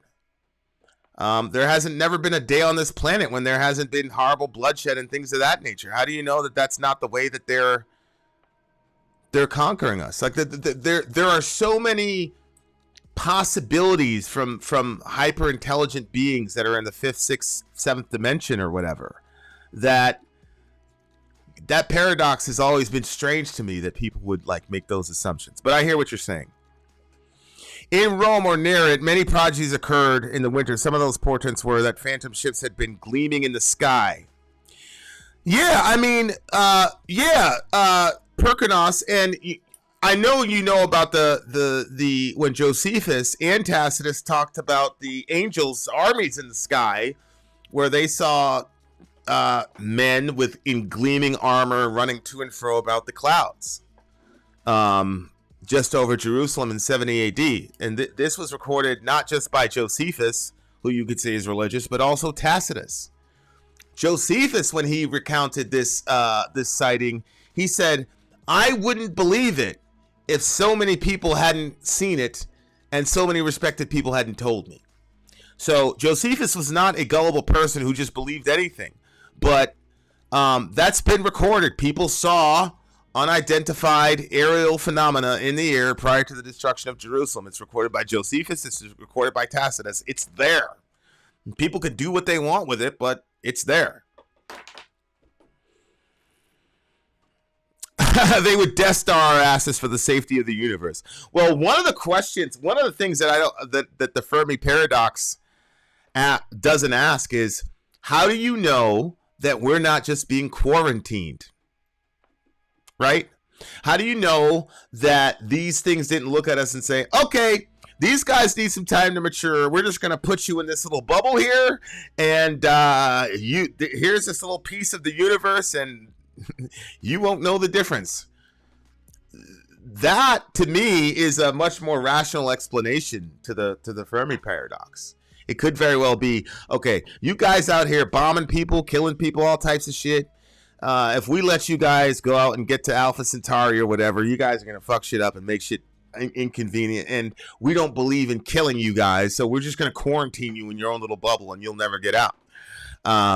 Nobody thinks about that. You know, there's so many ways of dealing with situations if you have those abilities that, you know, yeah. The stoned ape theory, I think, is a really interesting theory. I don't think I believed it. I don't think I believe it. But what I do find interesting is what you see in the Garden of Eden is that Adam and Eve eat this fruit. Okay? And you know what? Now that I'm here, let me find what the actual Hebrew and Greek word is for fruit. But anyway, long story short, Adam and Eve eat the fruit. And upon consuming that fruit, they attain a level of awareness and consciousness that they hadn't had previously. because of something they ingested, their consciousness was opened up. So I don't think I hold to the stoned ape theory, but I do hold to the stoned Adam and Eve theory, in the sense that I do think that something radically different happened at a physiological level when they ate the fruit. And so I do think that definitely is in play. Do you believe in elective salvation? What do you mean by elective salvation, Nick? Stone Cold says, do you believe in God? Do you believe in Big Bang or God? What do you believe? Do you believe the earth being a perfect place in the universe? Well, I think if the Big Bang happened, God initiated it. I absolutely believe in God. I don't believe that God and science are at odds in any way, shape, or form.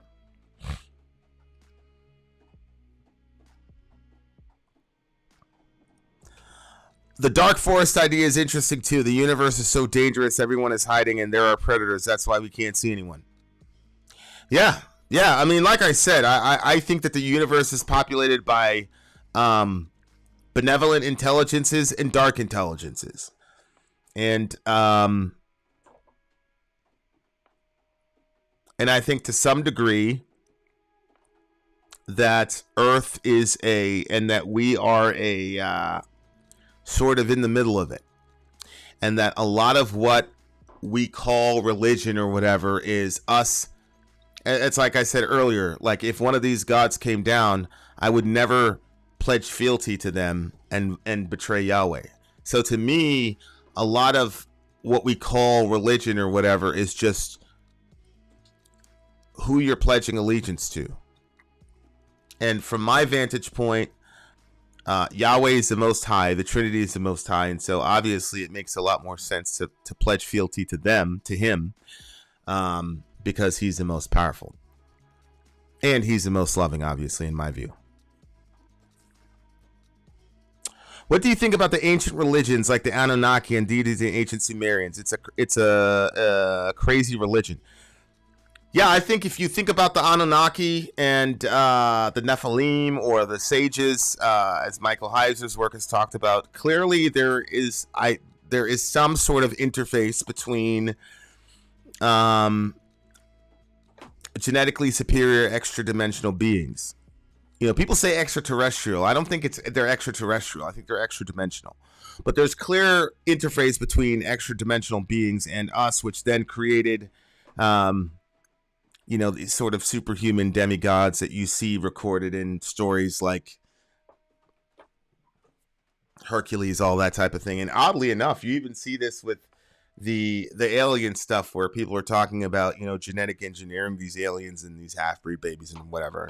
I'm sure 99% of it's crazy, but I do think that there's continuity there in the phenomena and the experience. What created the creator? Well, unlike the physical universe, God, because he's a non-physical entity, doesn't necessitate a beginning. Plato used to speculate the universe was eternal. That's before we had, the scientific progression to realize that, no, that matter is not eternal. So logically speaking, there's no necessity for God to have a creator, but there is a logical necessity for the universe to have a creator because it had a beginning. Whereas we believe God is beginningless. What do you think of Biden saying we will invade with troops on the ground if China invades Taiwan, but the White House keeps saying not to believe him? Biden came out last year. He was giving a message to whatever, and he told the Marines, like, you're going to meet some great people down there and all the, I think it was the 4th Infantry Division, it was the 82nd. It was the 82nd Airborne guys. And he said something to the effect of, you're going to see some of the toughest people when you get down there, blah, blah, blah, blah, blah. And then later on, the White House said, don't believe him. He doesn't know what he's talking about. And we didn't send the 82nd down there. I hope that that's just the ramblings of a guy who wasn't really thinking clearly. I don't remember seeing that quote, but it wouldn't surprise me if he said that. DJ says, dark times ahead, folks. Time to get real. You've been saying that for years, bro. I'm not with the doomsday stuff. I don't believe that doom is inevitable. As a matter of fact, I believe that the best is ahead of us, actually. That's what I believe. Isn't that simply true? If God in eternity past and at creation knew that the specific world he created would contain evil, that's what any well-read monergist means about God's decree. I agree.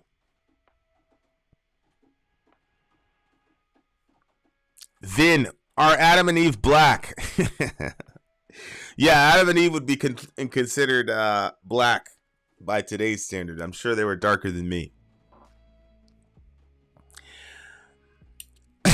He's gonna send corn pop if shit gets out of hand. Yeah. Oh man, y'all are a trip, bro. That corn pop shit, bro. Like, who told homie? Like, yeah, bro, that's gonna work, bro. Corn pop for sure. Who told the homie that was gonna work? All right, let me see. Genesis 3:3. Let me find the Hebrew and Greek word for fruit here. It might just be citrus, blah, blah, blah, blah, blah. You know what I'm saying? But let's check it out. Genesis 3:3. Let's see what it says about what the Greek word is for fruit there.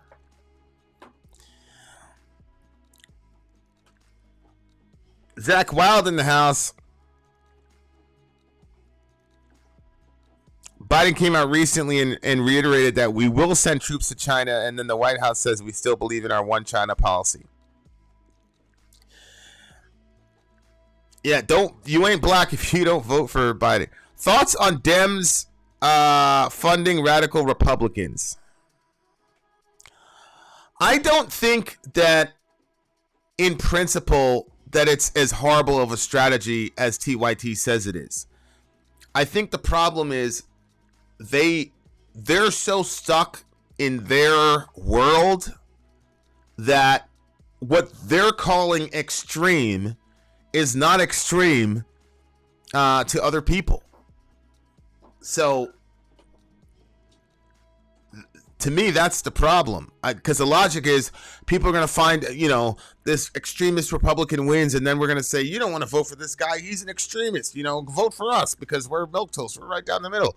But what they don't realize is what they're calling extremism is not extreme to regular people on the ground. It's extreme to them because they're in their cloistered environment, and so their view of the world comes from Twitter and Facebook and all the rest of it, and polling and all the rest of it. They're not into shit with regular Americans. I think that okay, I'm going to tell you a story. So there's this guy, and in my opinion, this guy is, I said this about this dude, like, as far as like military strategy goes, I put this guy on par with Alexander the Great. They were in a situation, and they were outnumbered. They were outnumbered. They were in a very, very, very, very bad situation. They're massively outnumbered. Guys up top who were not in theater, they were not anywhere. They were in Virginia. Called dude and said, "Hey, go forward with the whatever." It was 4 guys, and it was against a good 50, 60 dudes, and they had reinforcements about 5 miles away, and their comms weren't down, whatever. So it was one of those situations where those guys were all gonna die. But there's all this hype about these people's unit. You guys are super soldiers, blah, blah, blah, blah, blah, blah, blah, blah. They should be able to do this. We spend $2 million a man, blah, blah, blah. All this nonsense from people in West Virginia. So dudes are looking at this guy, and they're going to go if he tells them to go. And he goes, I can't hear you. What's going on? And he calls the thing off, and everybody goes back home. And so he's lecturing, he's explaining this to us, and he's saying, people in Washington weren't there. I was there. they had a list of what their capabilities were, blah, blah, blah. It's been done before. Well, it had been done before, but it was a fluke thing, and there was a ton of air support, and it was a publicized, engagement versus they weren't even supposed to be in there in the first place. And so the packages are different. Everything is different, blah, blah, blah, blah. So his point was to say, on paper, thousands of miles away in West Virginia, sure, but on the ground, knowing what I know, hell no. And that's the difference between establishment politicians and grassroots politicians, whether it's on the left or the right. Establishment politicians, Barack Obama said it the best.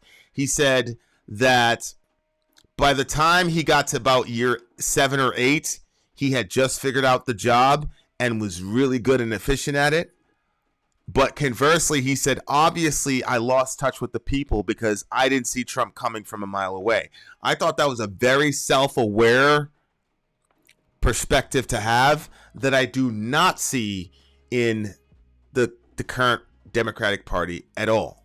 And so when these people say that guy is an extremist, yeah, in Virginia, in your little cloistered environment, sure. But on the ground in the shit where everybody is right now, what you think as a politician is an extremist position may not be what regular Americans think is an extremist position, especially when they're in an extreme situation like spending thousands of dollars at Walmart when you used to spend hundreds of dollars, et cetera, et cetera, et cetera, et cetera, et cetera. So because the situation in America currently is really freaking extreme, and every 2 seconds you're hearing about recession and war and nukes here and Taiwan there, we're already in an extreme environment. So for them to say, oh, we're going to pick an extremist and the extremist is going to lose, I think is a sound strategy. The breakdown comes in is, how do you know what an extremist is? You have to understand what the median is at the street level of America to know what an extremist is. And I do not have the confidence that the Democrats know that. That's the issue, I think. So I think it's a sound plan. It's risky. It's a sound plan, but I also think it's going to backfire on them because they don't really understand what the average American actually thinks. So that's how I look at it.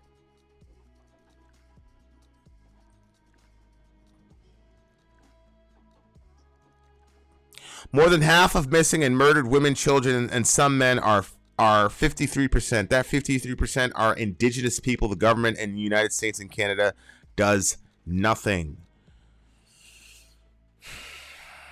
Holy shit. I too consider you two as my friends. I really sincerely mean that. So it's frustrating we've not been able to talk. Time difference and other things in our life that keeps us busy. Okay, I think that's fair. And I think, Kai, I can and should make more of an attempt. My life is pretty crazy right now, but I gotta make the time, bro. That's fair. Do you think this rhetoric from Biden and Trump is a strategy for them to get the country to divide themselves to the point that civil war or martial law to event? No, I don't think so. I don't think it's something as exotic as that between Trump and Biden. I just think Biden, his entire life, wanted to be the president, and Trump is an egomaniac, and I mean that in the clinical sense. I'm not trying to insult him. And I just think that that's what's going on. And both of them do not care if they tear their country apart to get what they want. That's what it looks like to me.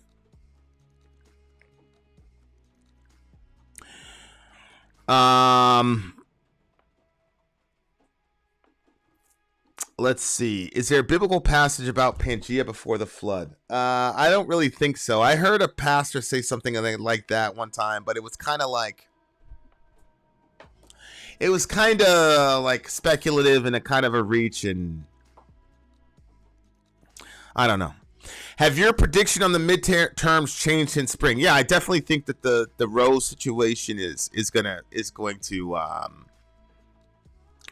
purplize some of the red wave. I don't think it's going to be powerful enough to really do anything massively significant, but the slaughter that we all saw was going to happen, I don't think is going to happen, because the Republicans, rhetorically speaking, in my view, aren't really hitting on the pressing issues. I honestly think that there's an underground sort of antipathy to all this war support for Ukrainians. And I think if the Republicans would really push on that and connect it to the economy and things of that nature, I think we'd be in a situation where Republicans have a lot more power. But you know, the Republicans are so disorganized right now. It's weird. It's very strange to me. While Obama's a good talker, I think he's a huge disappointment. He could have pushed for universal health care, didn't he? He's another corrupt establishment. Of course, Brett. We know that. The guy, we know that. Hell yeah, you're right, Brent. You're right. Do you think? Yeah. So look, again, I do believe that there are people that have an agenda to rule the world and things of that nature. I don't believe that they're going to be successful and that they're as organized as people think they are. Free Leonard Pelletier. For sure. People forget 94 Republicans took back the House for the first time in 40 or 50 years. A Republican messed that up this year. Yeah, man, some of the things that these folks do, man, is genuinely surprising to me, bro. Like, some of this shit is like, word, y'all are that, like, it seemed to me that Trump didn't want to win in 2020. Like, he the way that he handled COVID pretty much, toward the end, like, that shit was weird to me, bro. I'm like, yo, this dude, does he not want to be president? Like, is he done being the president? So, yeah. Yeah, it's very surprising when you see all this stuff, man. Like, it's weird. Definitely weird. I'm not gonna lie to you.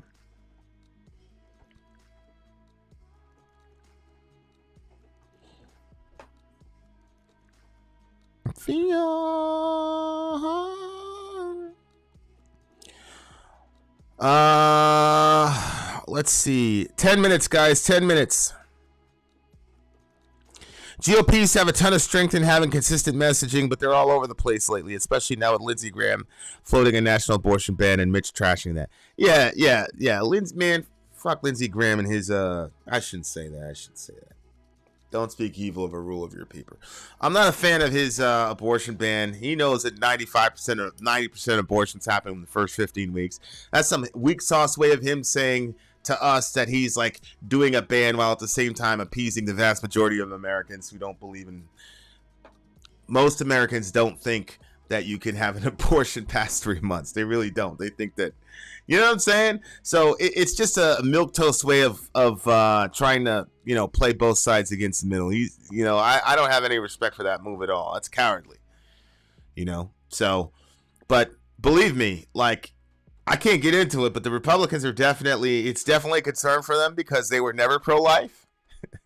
And you could tell when a person has never really truly been in the movement, they don't the supposed backlash that they're receiving, like they're genuinely surprised by it, and it looks like they don't know how to function. It's like, well, wait a second. If you've been fighting this fight the entire time, you should know how to present this information to these people. But they haven't. So all of us who are actually like I was just talking to somebody who's going to be speaking at a March for Life in a couple days, female atheist. And so all of us in the movement are like, man, fuck this guy, bro. It's just about power and things of that nature, and they're not the ones who called that play. It was the Supreme Court that called that play. You know what I'm saying? So, yeah, man. Shit's going crazy. Did you see the Charlie Kirk Ben Glebe debate on abortion? No. The same Ben Glebe that was on what's his face's show? Was that the same guy that was on Jimmy's show that got blitzed by what's his face? I forgot the guy's name. By Kurt? Was it that guy?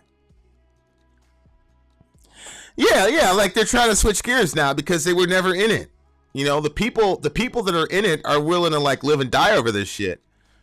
He doesn't want to lose a seat of power because he's not really about that. He ain't about that life. And you guys, people are like, yo, people thought I was going to be all happy with the Roe v. Wade decision, blah, blah, blah. Man, please. I never celebrate. I said a million times we shouldn't spike the football because we knew, and none of us were, man. Albany wasn't. None of us knew because we know about those people, bro. Nah, man. This is yeah. Like if you're really about that life, you're gonna commit to it. You're gonna. Do you know? One of these days when this is all over, I'm gonna tell you guys how much money I've lost because of our stance on abortion on these platforms. And I'm not complaining about it. The reason I'm saying that is so people understand, like, if you're gonna be part of this, you're gonna pay. You're gonna pay. I just got done watching The Good Lord Bird. And when you watch John Brown and you watch how this dude had to fight to get the humanity of Negroes to be recognized, and even to black people, how he had to convince, this shit was unbelievable to me. And then the nice white moderate who would say, yeah, man, I agree, this is terrible, but we can't do all this stuff now. We got to think logically about this stuff. There are serious economic ramifications to what you're talking about, Mr. Brown. So, yeah, man, Lindsey Graham and all the rest of it, man, I hope the Democrats go and kick their ass, bro. Honestly, like, to me, the Democrats and the Republicans are 6.5 dozen. They're the same to me. So I hope he pays a severe price for that, honestly, because they're soft as hell. Name me your favorite hip hop fan. My favorite hip hop fan? I don't know what you mean by. You mean like a Stan type guy?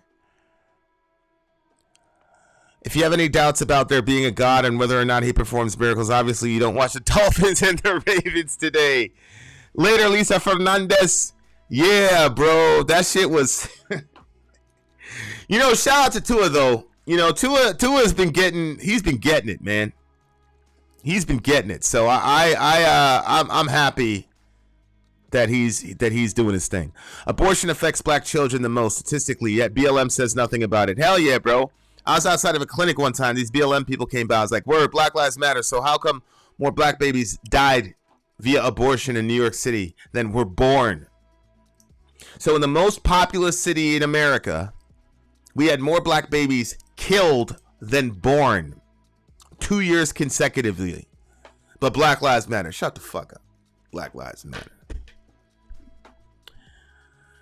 Don't get me started. Don't get me started, y'all. Don't get me started. Oh my God. Well, if that Ben Glebe guy went up against the Turning Point USA guy, I'm going to assume that he got wrecked relative to abortion. But if Ben Glebe wants to come and debate me on abortion on Middle America, we can do that shit. That's a standing offer to everybody. Hell, I'll do 3-on-1. I don't care. Concerning the doctrine of the Trinity, do you believe there are 3 centers of intellection and 3 wills, or 1 center of intellection and 1 will?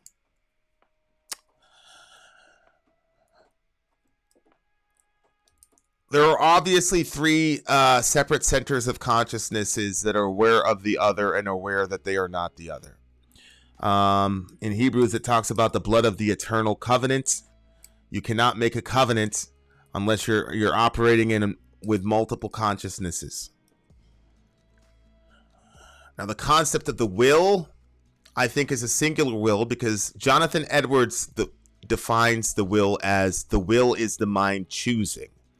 And since they share the exact same essence, then it's inconceivable to me that their will, if the will is defined that way, the will is the mind choosing. It seems to me that if they have the same essence, then their minds would always be in perfect harmony with one another, because much of what our thoughts and what we do has to do with our essence. Our will cannot be divorced, I think, from our ontology. And so I think, so for example, especially from a biblical worldview, right? So somebody's born with original sin. That's an ontological issue that affects the will. And so if you had a perfect ontology, and if you had a perfect ontology and you were all knowing, then obviously your will would only be directed in one direction per issue, because there can only be one perfect decision on a given issue. So I believe that you have three separate centers of consciousness, but one harmonious will relative to the divine nature. I'm very, very curious, though, as to your understanding of that.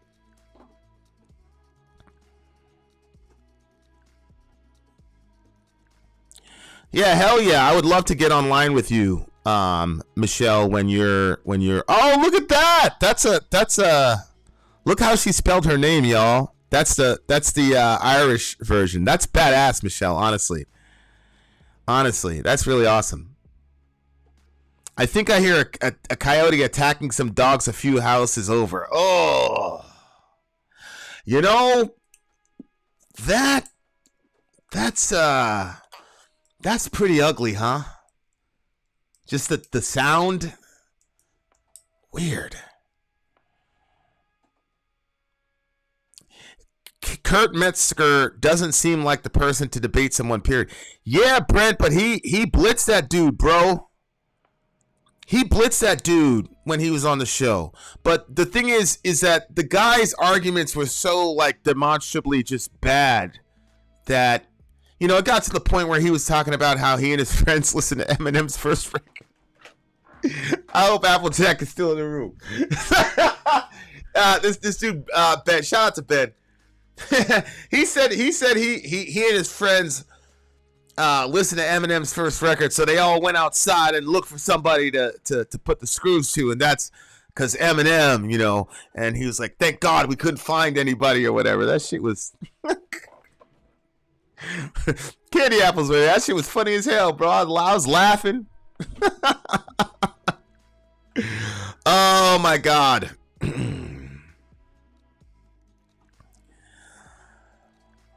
Oh my God. I hold to the Latin Augustinian Thomas model of the Trinity rather than any of the three self models. So extricate that, you know, explicate that a little bit for us.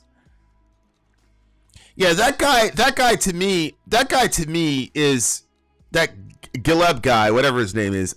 He's not a debater, and that's okay. Like, it's okay. Like, debating is a very very specific kind of skill set, and not a lot of people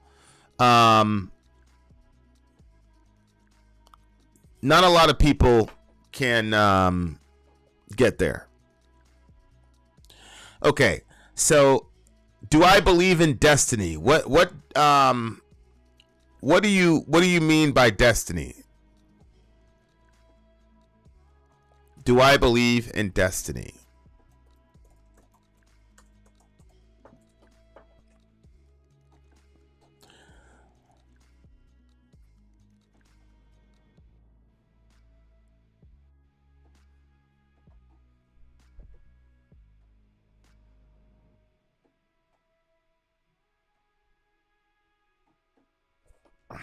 Guys, check this shit out. This is really, really interesting. I know it's kind of off topic, but I do think it's a fascinating thing. The National Crime Information Center reports that in 2016, there were 5,712 reports of missing American Indian and Alaska Native women and girls, though the U.S. Department of Justice Federal Missing Persons Database NamUs only logged 116 cases. So that's isn't that weird? Like, I don't even understand the logic of that. So let me see. You got 5,700 girls, and only 116 of them are even reported as missing. So how the hell are you going to find it? That's less than 1%. If your brother Vin can do any math, I think that's even less than 1% of the actual women and girls who are missing. And this site, I read hand over the mouth. I'm looking at this site, and this site is current. So this is actually still happening, which is a very odd, like, what the fuck is going on here? You know what I'm saying? Like, it's a strange sort of I got to kind of look into that more. There's got to be some detective work about this because this shit don't make any sense to me. You know what I'm saying? Like, I don't know. I don't know, guys. We're gonna have to figure that out. So there's an actual website. It's called Native Hope that I was checking out. So I don't know. Maybe I'll do a Middle America investigative report type situation. Maybe I'll hook up with some of the Native folks here in the main area and see if they're having the same experience. But that shit is weird to me right now. Like, I'm not gonna make an opinion on this, but closer to 2%. Okay, so it's 2%. Listen to Tasco. So of the girls who are missing, only 2% were even reported by the State Department. You know what I'm saying? Like, that shit is fucked up, bro. Yeah, I think it's about 2. I think it's about 2%. We got 5,700. You know what I'm saying? Versus only 116 being reported. I gotta validate that number, but that shit is crazy.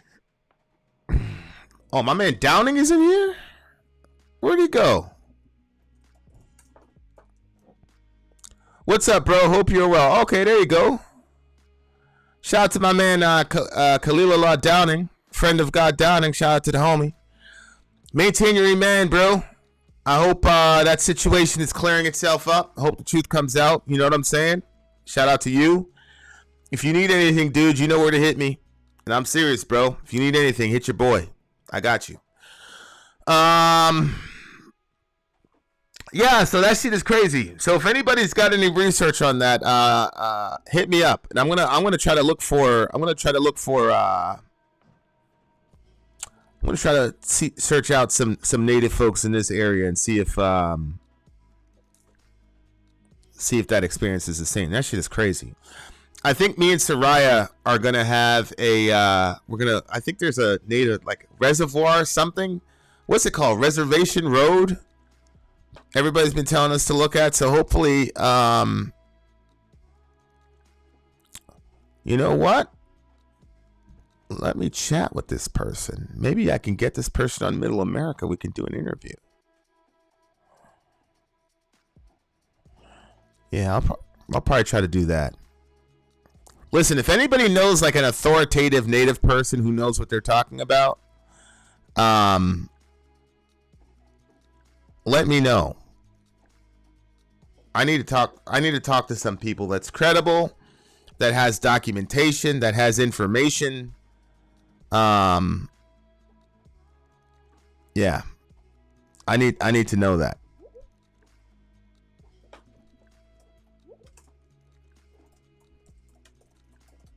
Request to raise awareness. Someone I can talk to directly. Do you believe in the little gods in regards to God creating us in his image?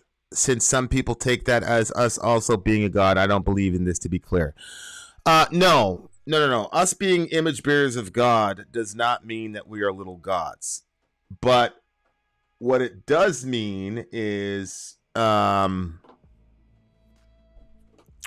in the ancient Near East, one of the ways that the emperor would get people to just follow him, I mean, you didn't have nuclear weapons and things of that nature, right? So one of the things that you would do to assert your authority is to say, look, the gods are in heaven, we're down here on earth, and so he has sent the royal family are his images on the earth. Okay, so the pharaoh, he is God's representative on the earth. Okay, so he is the image of God on the earth, and so you treat Pharaoh the way that you treat the gods, because the gods are busy in heaven and Pharaoh's on earth, and so he is a representative of God on the earth. He's the image of God. Moses takes that idea and says, "Yep, if you believe in Mosaic authorship of the Torah, most people don't. I do. Read John Sailhammer. That's a different story." But Moses takes that idea and says, yeah, Pharaoh's right. He is the image of God, but all of us are. All of us are representatives of God on the earth. All of us are vice regents of God on the earth. Not that we are God, but that we are to rule this earth in the place of God. In the same way as I would say, hey, I'm going to Portland to Dorian. Dorian, you're me in the house. You rule the house when whatever. Everybody knows that Dorian's not the ultimate authority. Everybody knows there's a difference between me and Dorian. There's a difference between my authority and his authority. We understand that all of Dorian's authority comes from me, and then I could pull it back at any time, etc., etc. Just the same, he is my vice regent. He is the vice vin when I'm not around. And so if you look at the opening narrative in Genesis chapter 1, God says, let us make man in our image and according to our likeness. And then the very next thing he says is, let them have dominion. And so what Moses is saying is, yes, Pharaoh is the image of God, but all of us are images of God on the earth. All of us represent God on the earth. All of us are vice regents, vice rulers, co-rulers together on the earth. No, we're not God. All of our authority and power derives from God. All of our glory derives from God. And there's a vast difference between us and God. But just the same, we are his representatives on the earth. And that's the reason why James says, you cannot curse your brother and then praise God in the same breath. Because you're cursing your brother, but your brother is the image of God on the earth. How can you curse the image of God on the earth and then give worship to the God of heaven? If you hate the image of God, then you cannot praise the God who's being imaged by your brother. The point that the reason that murder is wrong is not because it's ugly and it makes us feel bad. The reason murder is wrong is because when you kill a human being, you're killing God in effigy. In other words, an effigy, in Arab countries or the Middle East, when we bomb the shit out of their children and kill them, they'll have like a little dummy of the U.S. president, and then they'll put his little face on the dummy, and then they'll beat it with sticks, they'll spit on it and set it in fire. That's called destroying something in effigy, because they can't get to the president, and they hate the president, and so they're going to create some sort of image of the president, beat the hell out of that. And so you're saying, if I could murder you, I would. And so killing a human being is bad is because it's killing God in effigy. The psychology of murder from a biblical worldview is that you don't really hate that person, you hate God. And so you're taking out your frustration and hatred of God onto that person. And what you're saying is, if you were here, I would kill you. And what's fascinating about the Christian religion is that God actually showed up here and we killed him. So being an image bearer of God simply means that I represent God in a way that nobody has before me and nobody ever will after me forever. And that's where I get all my value from. That's why when the white kids called me nigger, all types of shit when I was a kid, it didn't touch me. Because my mother instilled in me that there was never one like me before and there will never be one like me again. Nobody can image God the way that I can. And nobody can image God the way that you can. And nobody can image God the way that Joe Biden can. And that's one of the reasons why I go out of my way to try to be as respectful as possible about that man, even though I'm like completely against pretty much everything that he stands for. So image of God does not mean that we're little gods, and it doesn't mean that we look like God physically. It means that we are vice regents, that we are standards, and our job is to represent God. Image of God is a job title and a position. That's what it means. And so anyway, that's my position on it. So that's what that means. So no, we're not little gods.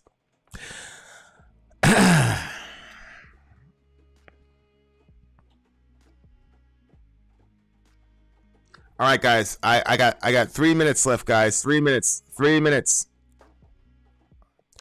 I love watching your reactions. Never got on a live stream, but I have a question. My father recently passed. How do I know I will see him again, and how is the best way to deal with it? I am lost. Well, David, a couple things. One, if here's one thing. Everything that you loved about your father is I tell my son this. My oldest son loves me, admires me. The kids say he worships me. He probably does. I take that boy. Oh, I love you, bro. But anything that he loves about me is a faint, terrible shadow of who God actually is. God is not like our Father. Our fathers are like God. And so, one of these days, I'm going to say goodbye to my son for the last time in this world. But everything my son loved about me wasn't really me. It was God. And insofar as he loved something about me is me imaging God, like I said in the previous conversation, accurately. And so one of these days, I'm going to leave my son into the hands of his true father. So the first thing I'll say to you is that your father was amazing, I'm sure, and he had a massive impact on you, I could tell. And that is valuable, and God doesn't throw anything away. And everybody who wants God will have him. And everybody who does not want God, God will honor that decision. What I can tell you is that everybody who you love and love deeply and has made a massive impact on your life, it's because in those moments where they impacted you, they were imaging God. I'm not saying that forget your father because God is... I'm not saying that. What I'm saying is that warmth, the love, the loyalty, the direction, the guidance, the wisdom that your father gave you that has such a massive impact on your life, he was a channel from a God who loves you 60 trillion times more than your father could.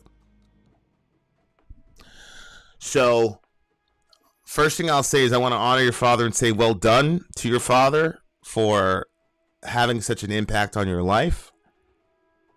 And I'll tell you guys this. The job of a father and a husband is to live and guide your kids in such a way that when it's time for you to go, you can hand them off to God until they see you again. That they can be strong, functional human beings that can thrive in your absence because you have brought them to their true father. And it's my job. My job is to work myself into obsolescence. And when that job is complete, I'm out of here. And your dad did his job, bro. So he's out of here. But God hasn't left you fatherless. So that's how to answer that question. You know, they asked Muhammad, they said, Ya Rasulullah, will we see you in Jannah? And Muhammad says, you will be with those you love. So that's a good hope. That's a good hope. And that's what I'd say to do. He was stepdad for 40 years. So so the comment, kudos on the good job he did, means more because he chose to. Yeah, see, I could tell. That's a dude that didn't have to. He didn't have to. But he loved you anyway, and he did that shit. And you know, I'm a stepdad too, bro. And I hope that when I go, that my stepdaughter could say the same thing, inshallah.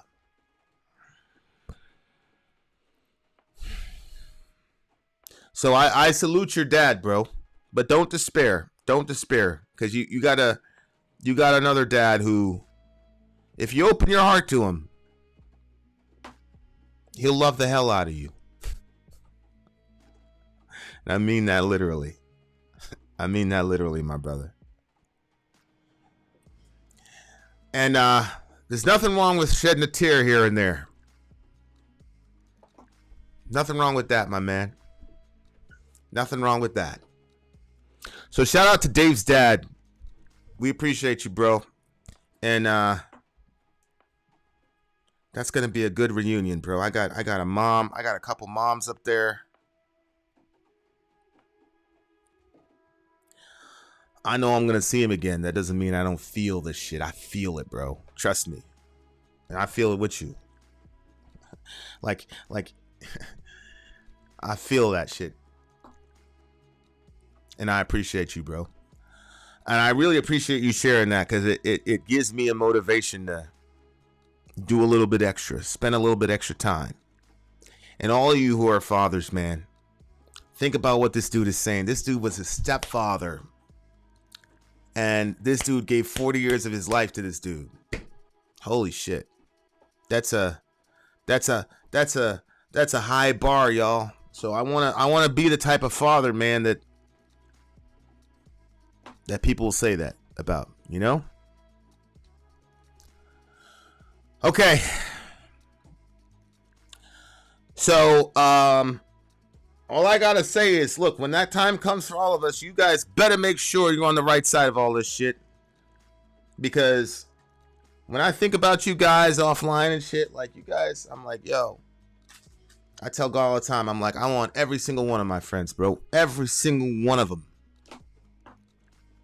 What makes you so special? I don't care. I want every single one of my friends when this shit is all over. All you guys are going to be on the table with us, bro. That's real shit. That's what I pray for. And I believe in perfect faith that's going to happen for my people. And Dave, you're my people. He was very much Christian. I'm confident he's in heaven. Of course, bro. The only thing he'd say to you is, man, you better make sure you come with me. You better make sure you come with me. That's all he's saying to you, Dave. Just make sure you're there with him, bro. That's all. And at the end of the day, that's what it is for me, man. At the end of the day, man, this shit is all about family, guys. Honestly, like, there's politics, there's this, there's that, there's money. We fight about shit. We fight all the time. We say shit we shouldn't say, blah, blah, blah, blah, blah. At the end of the day, it's all about family. And, you know, all of us are lost, and Big Brother Jesus came to take us home. That's how I feel about it. I understand everybody has different understandings and shit like that. That's cool. But that's what I believe, and that's where I'm at. Vin, what do you think my naming my son after my grandfather because my grandfather was important to me? Are you kidding me? Reza's middle name is Keith Patrick because that's my dad's name. But I feel bad that I'm mad he's gone. It's selfish. Man, don't feel bad that he's gone. You're supposed to feel bad he's gone, bro. You're supposed to feel bad he's gone. Yeah, he's in a better place, but you still down there, and you still down here, bro. Nothing wrong with feeling bad, being angry that he's gone. Listen, Jesus. You know when it says it says Jesus wept because Lazarus was dead. Let me show you something. Check this out, bro. I'm going to show you this, and I'm going to get out of here. This is John 11:35, right? It says Jesus wept because his buddy Lazarus was dead. And, you know, he was really, really, really upset, right? Look at what the word means. Look at what the word weep means. I got a friend on this channel. I'm not going to mention his name because I don't want to put his business out there. But his brother died. And I could tell that dude loved his brother. And, you know, I'm not going to lie in here and I say I feel his pain because I never lost a brother. But every time I think about this dude losing his brother, like, I feel that shit in my gut, bro. But listen to this. The Greek word for wept here, look what it says. To cry tears because of sadness, rage, or pain. So when Jesus wept over the death of Lazarus, there was some rage in that crying. There's another crying when he wept over Jerusalem. It's a different word. This word carries with it the connotation of a real deep rage. And that's Jesus. And he was about to heal the guy in 2 seconds. He was about to, in four or 5 verses later, he resurrects Lazarus from the dead. So why is he raging and angry?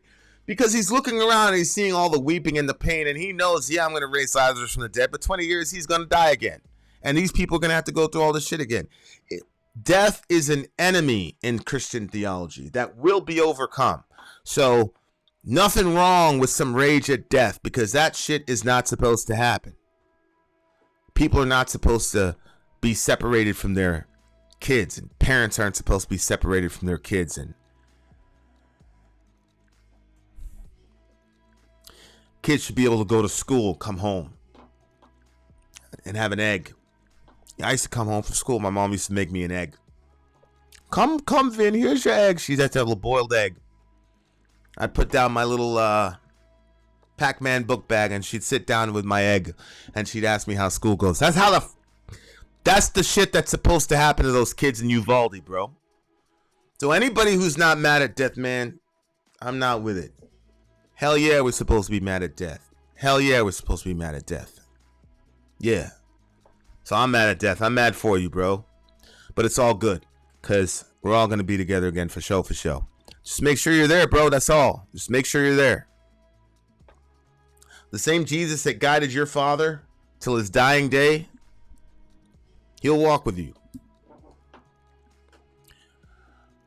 I'm going to learn from my sponsor for the first time ever how to grill steaks. No lie. I'm dying from the Middle East toxin. This guy's 30 years older than me. He's going to teach me how to grill.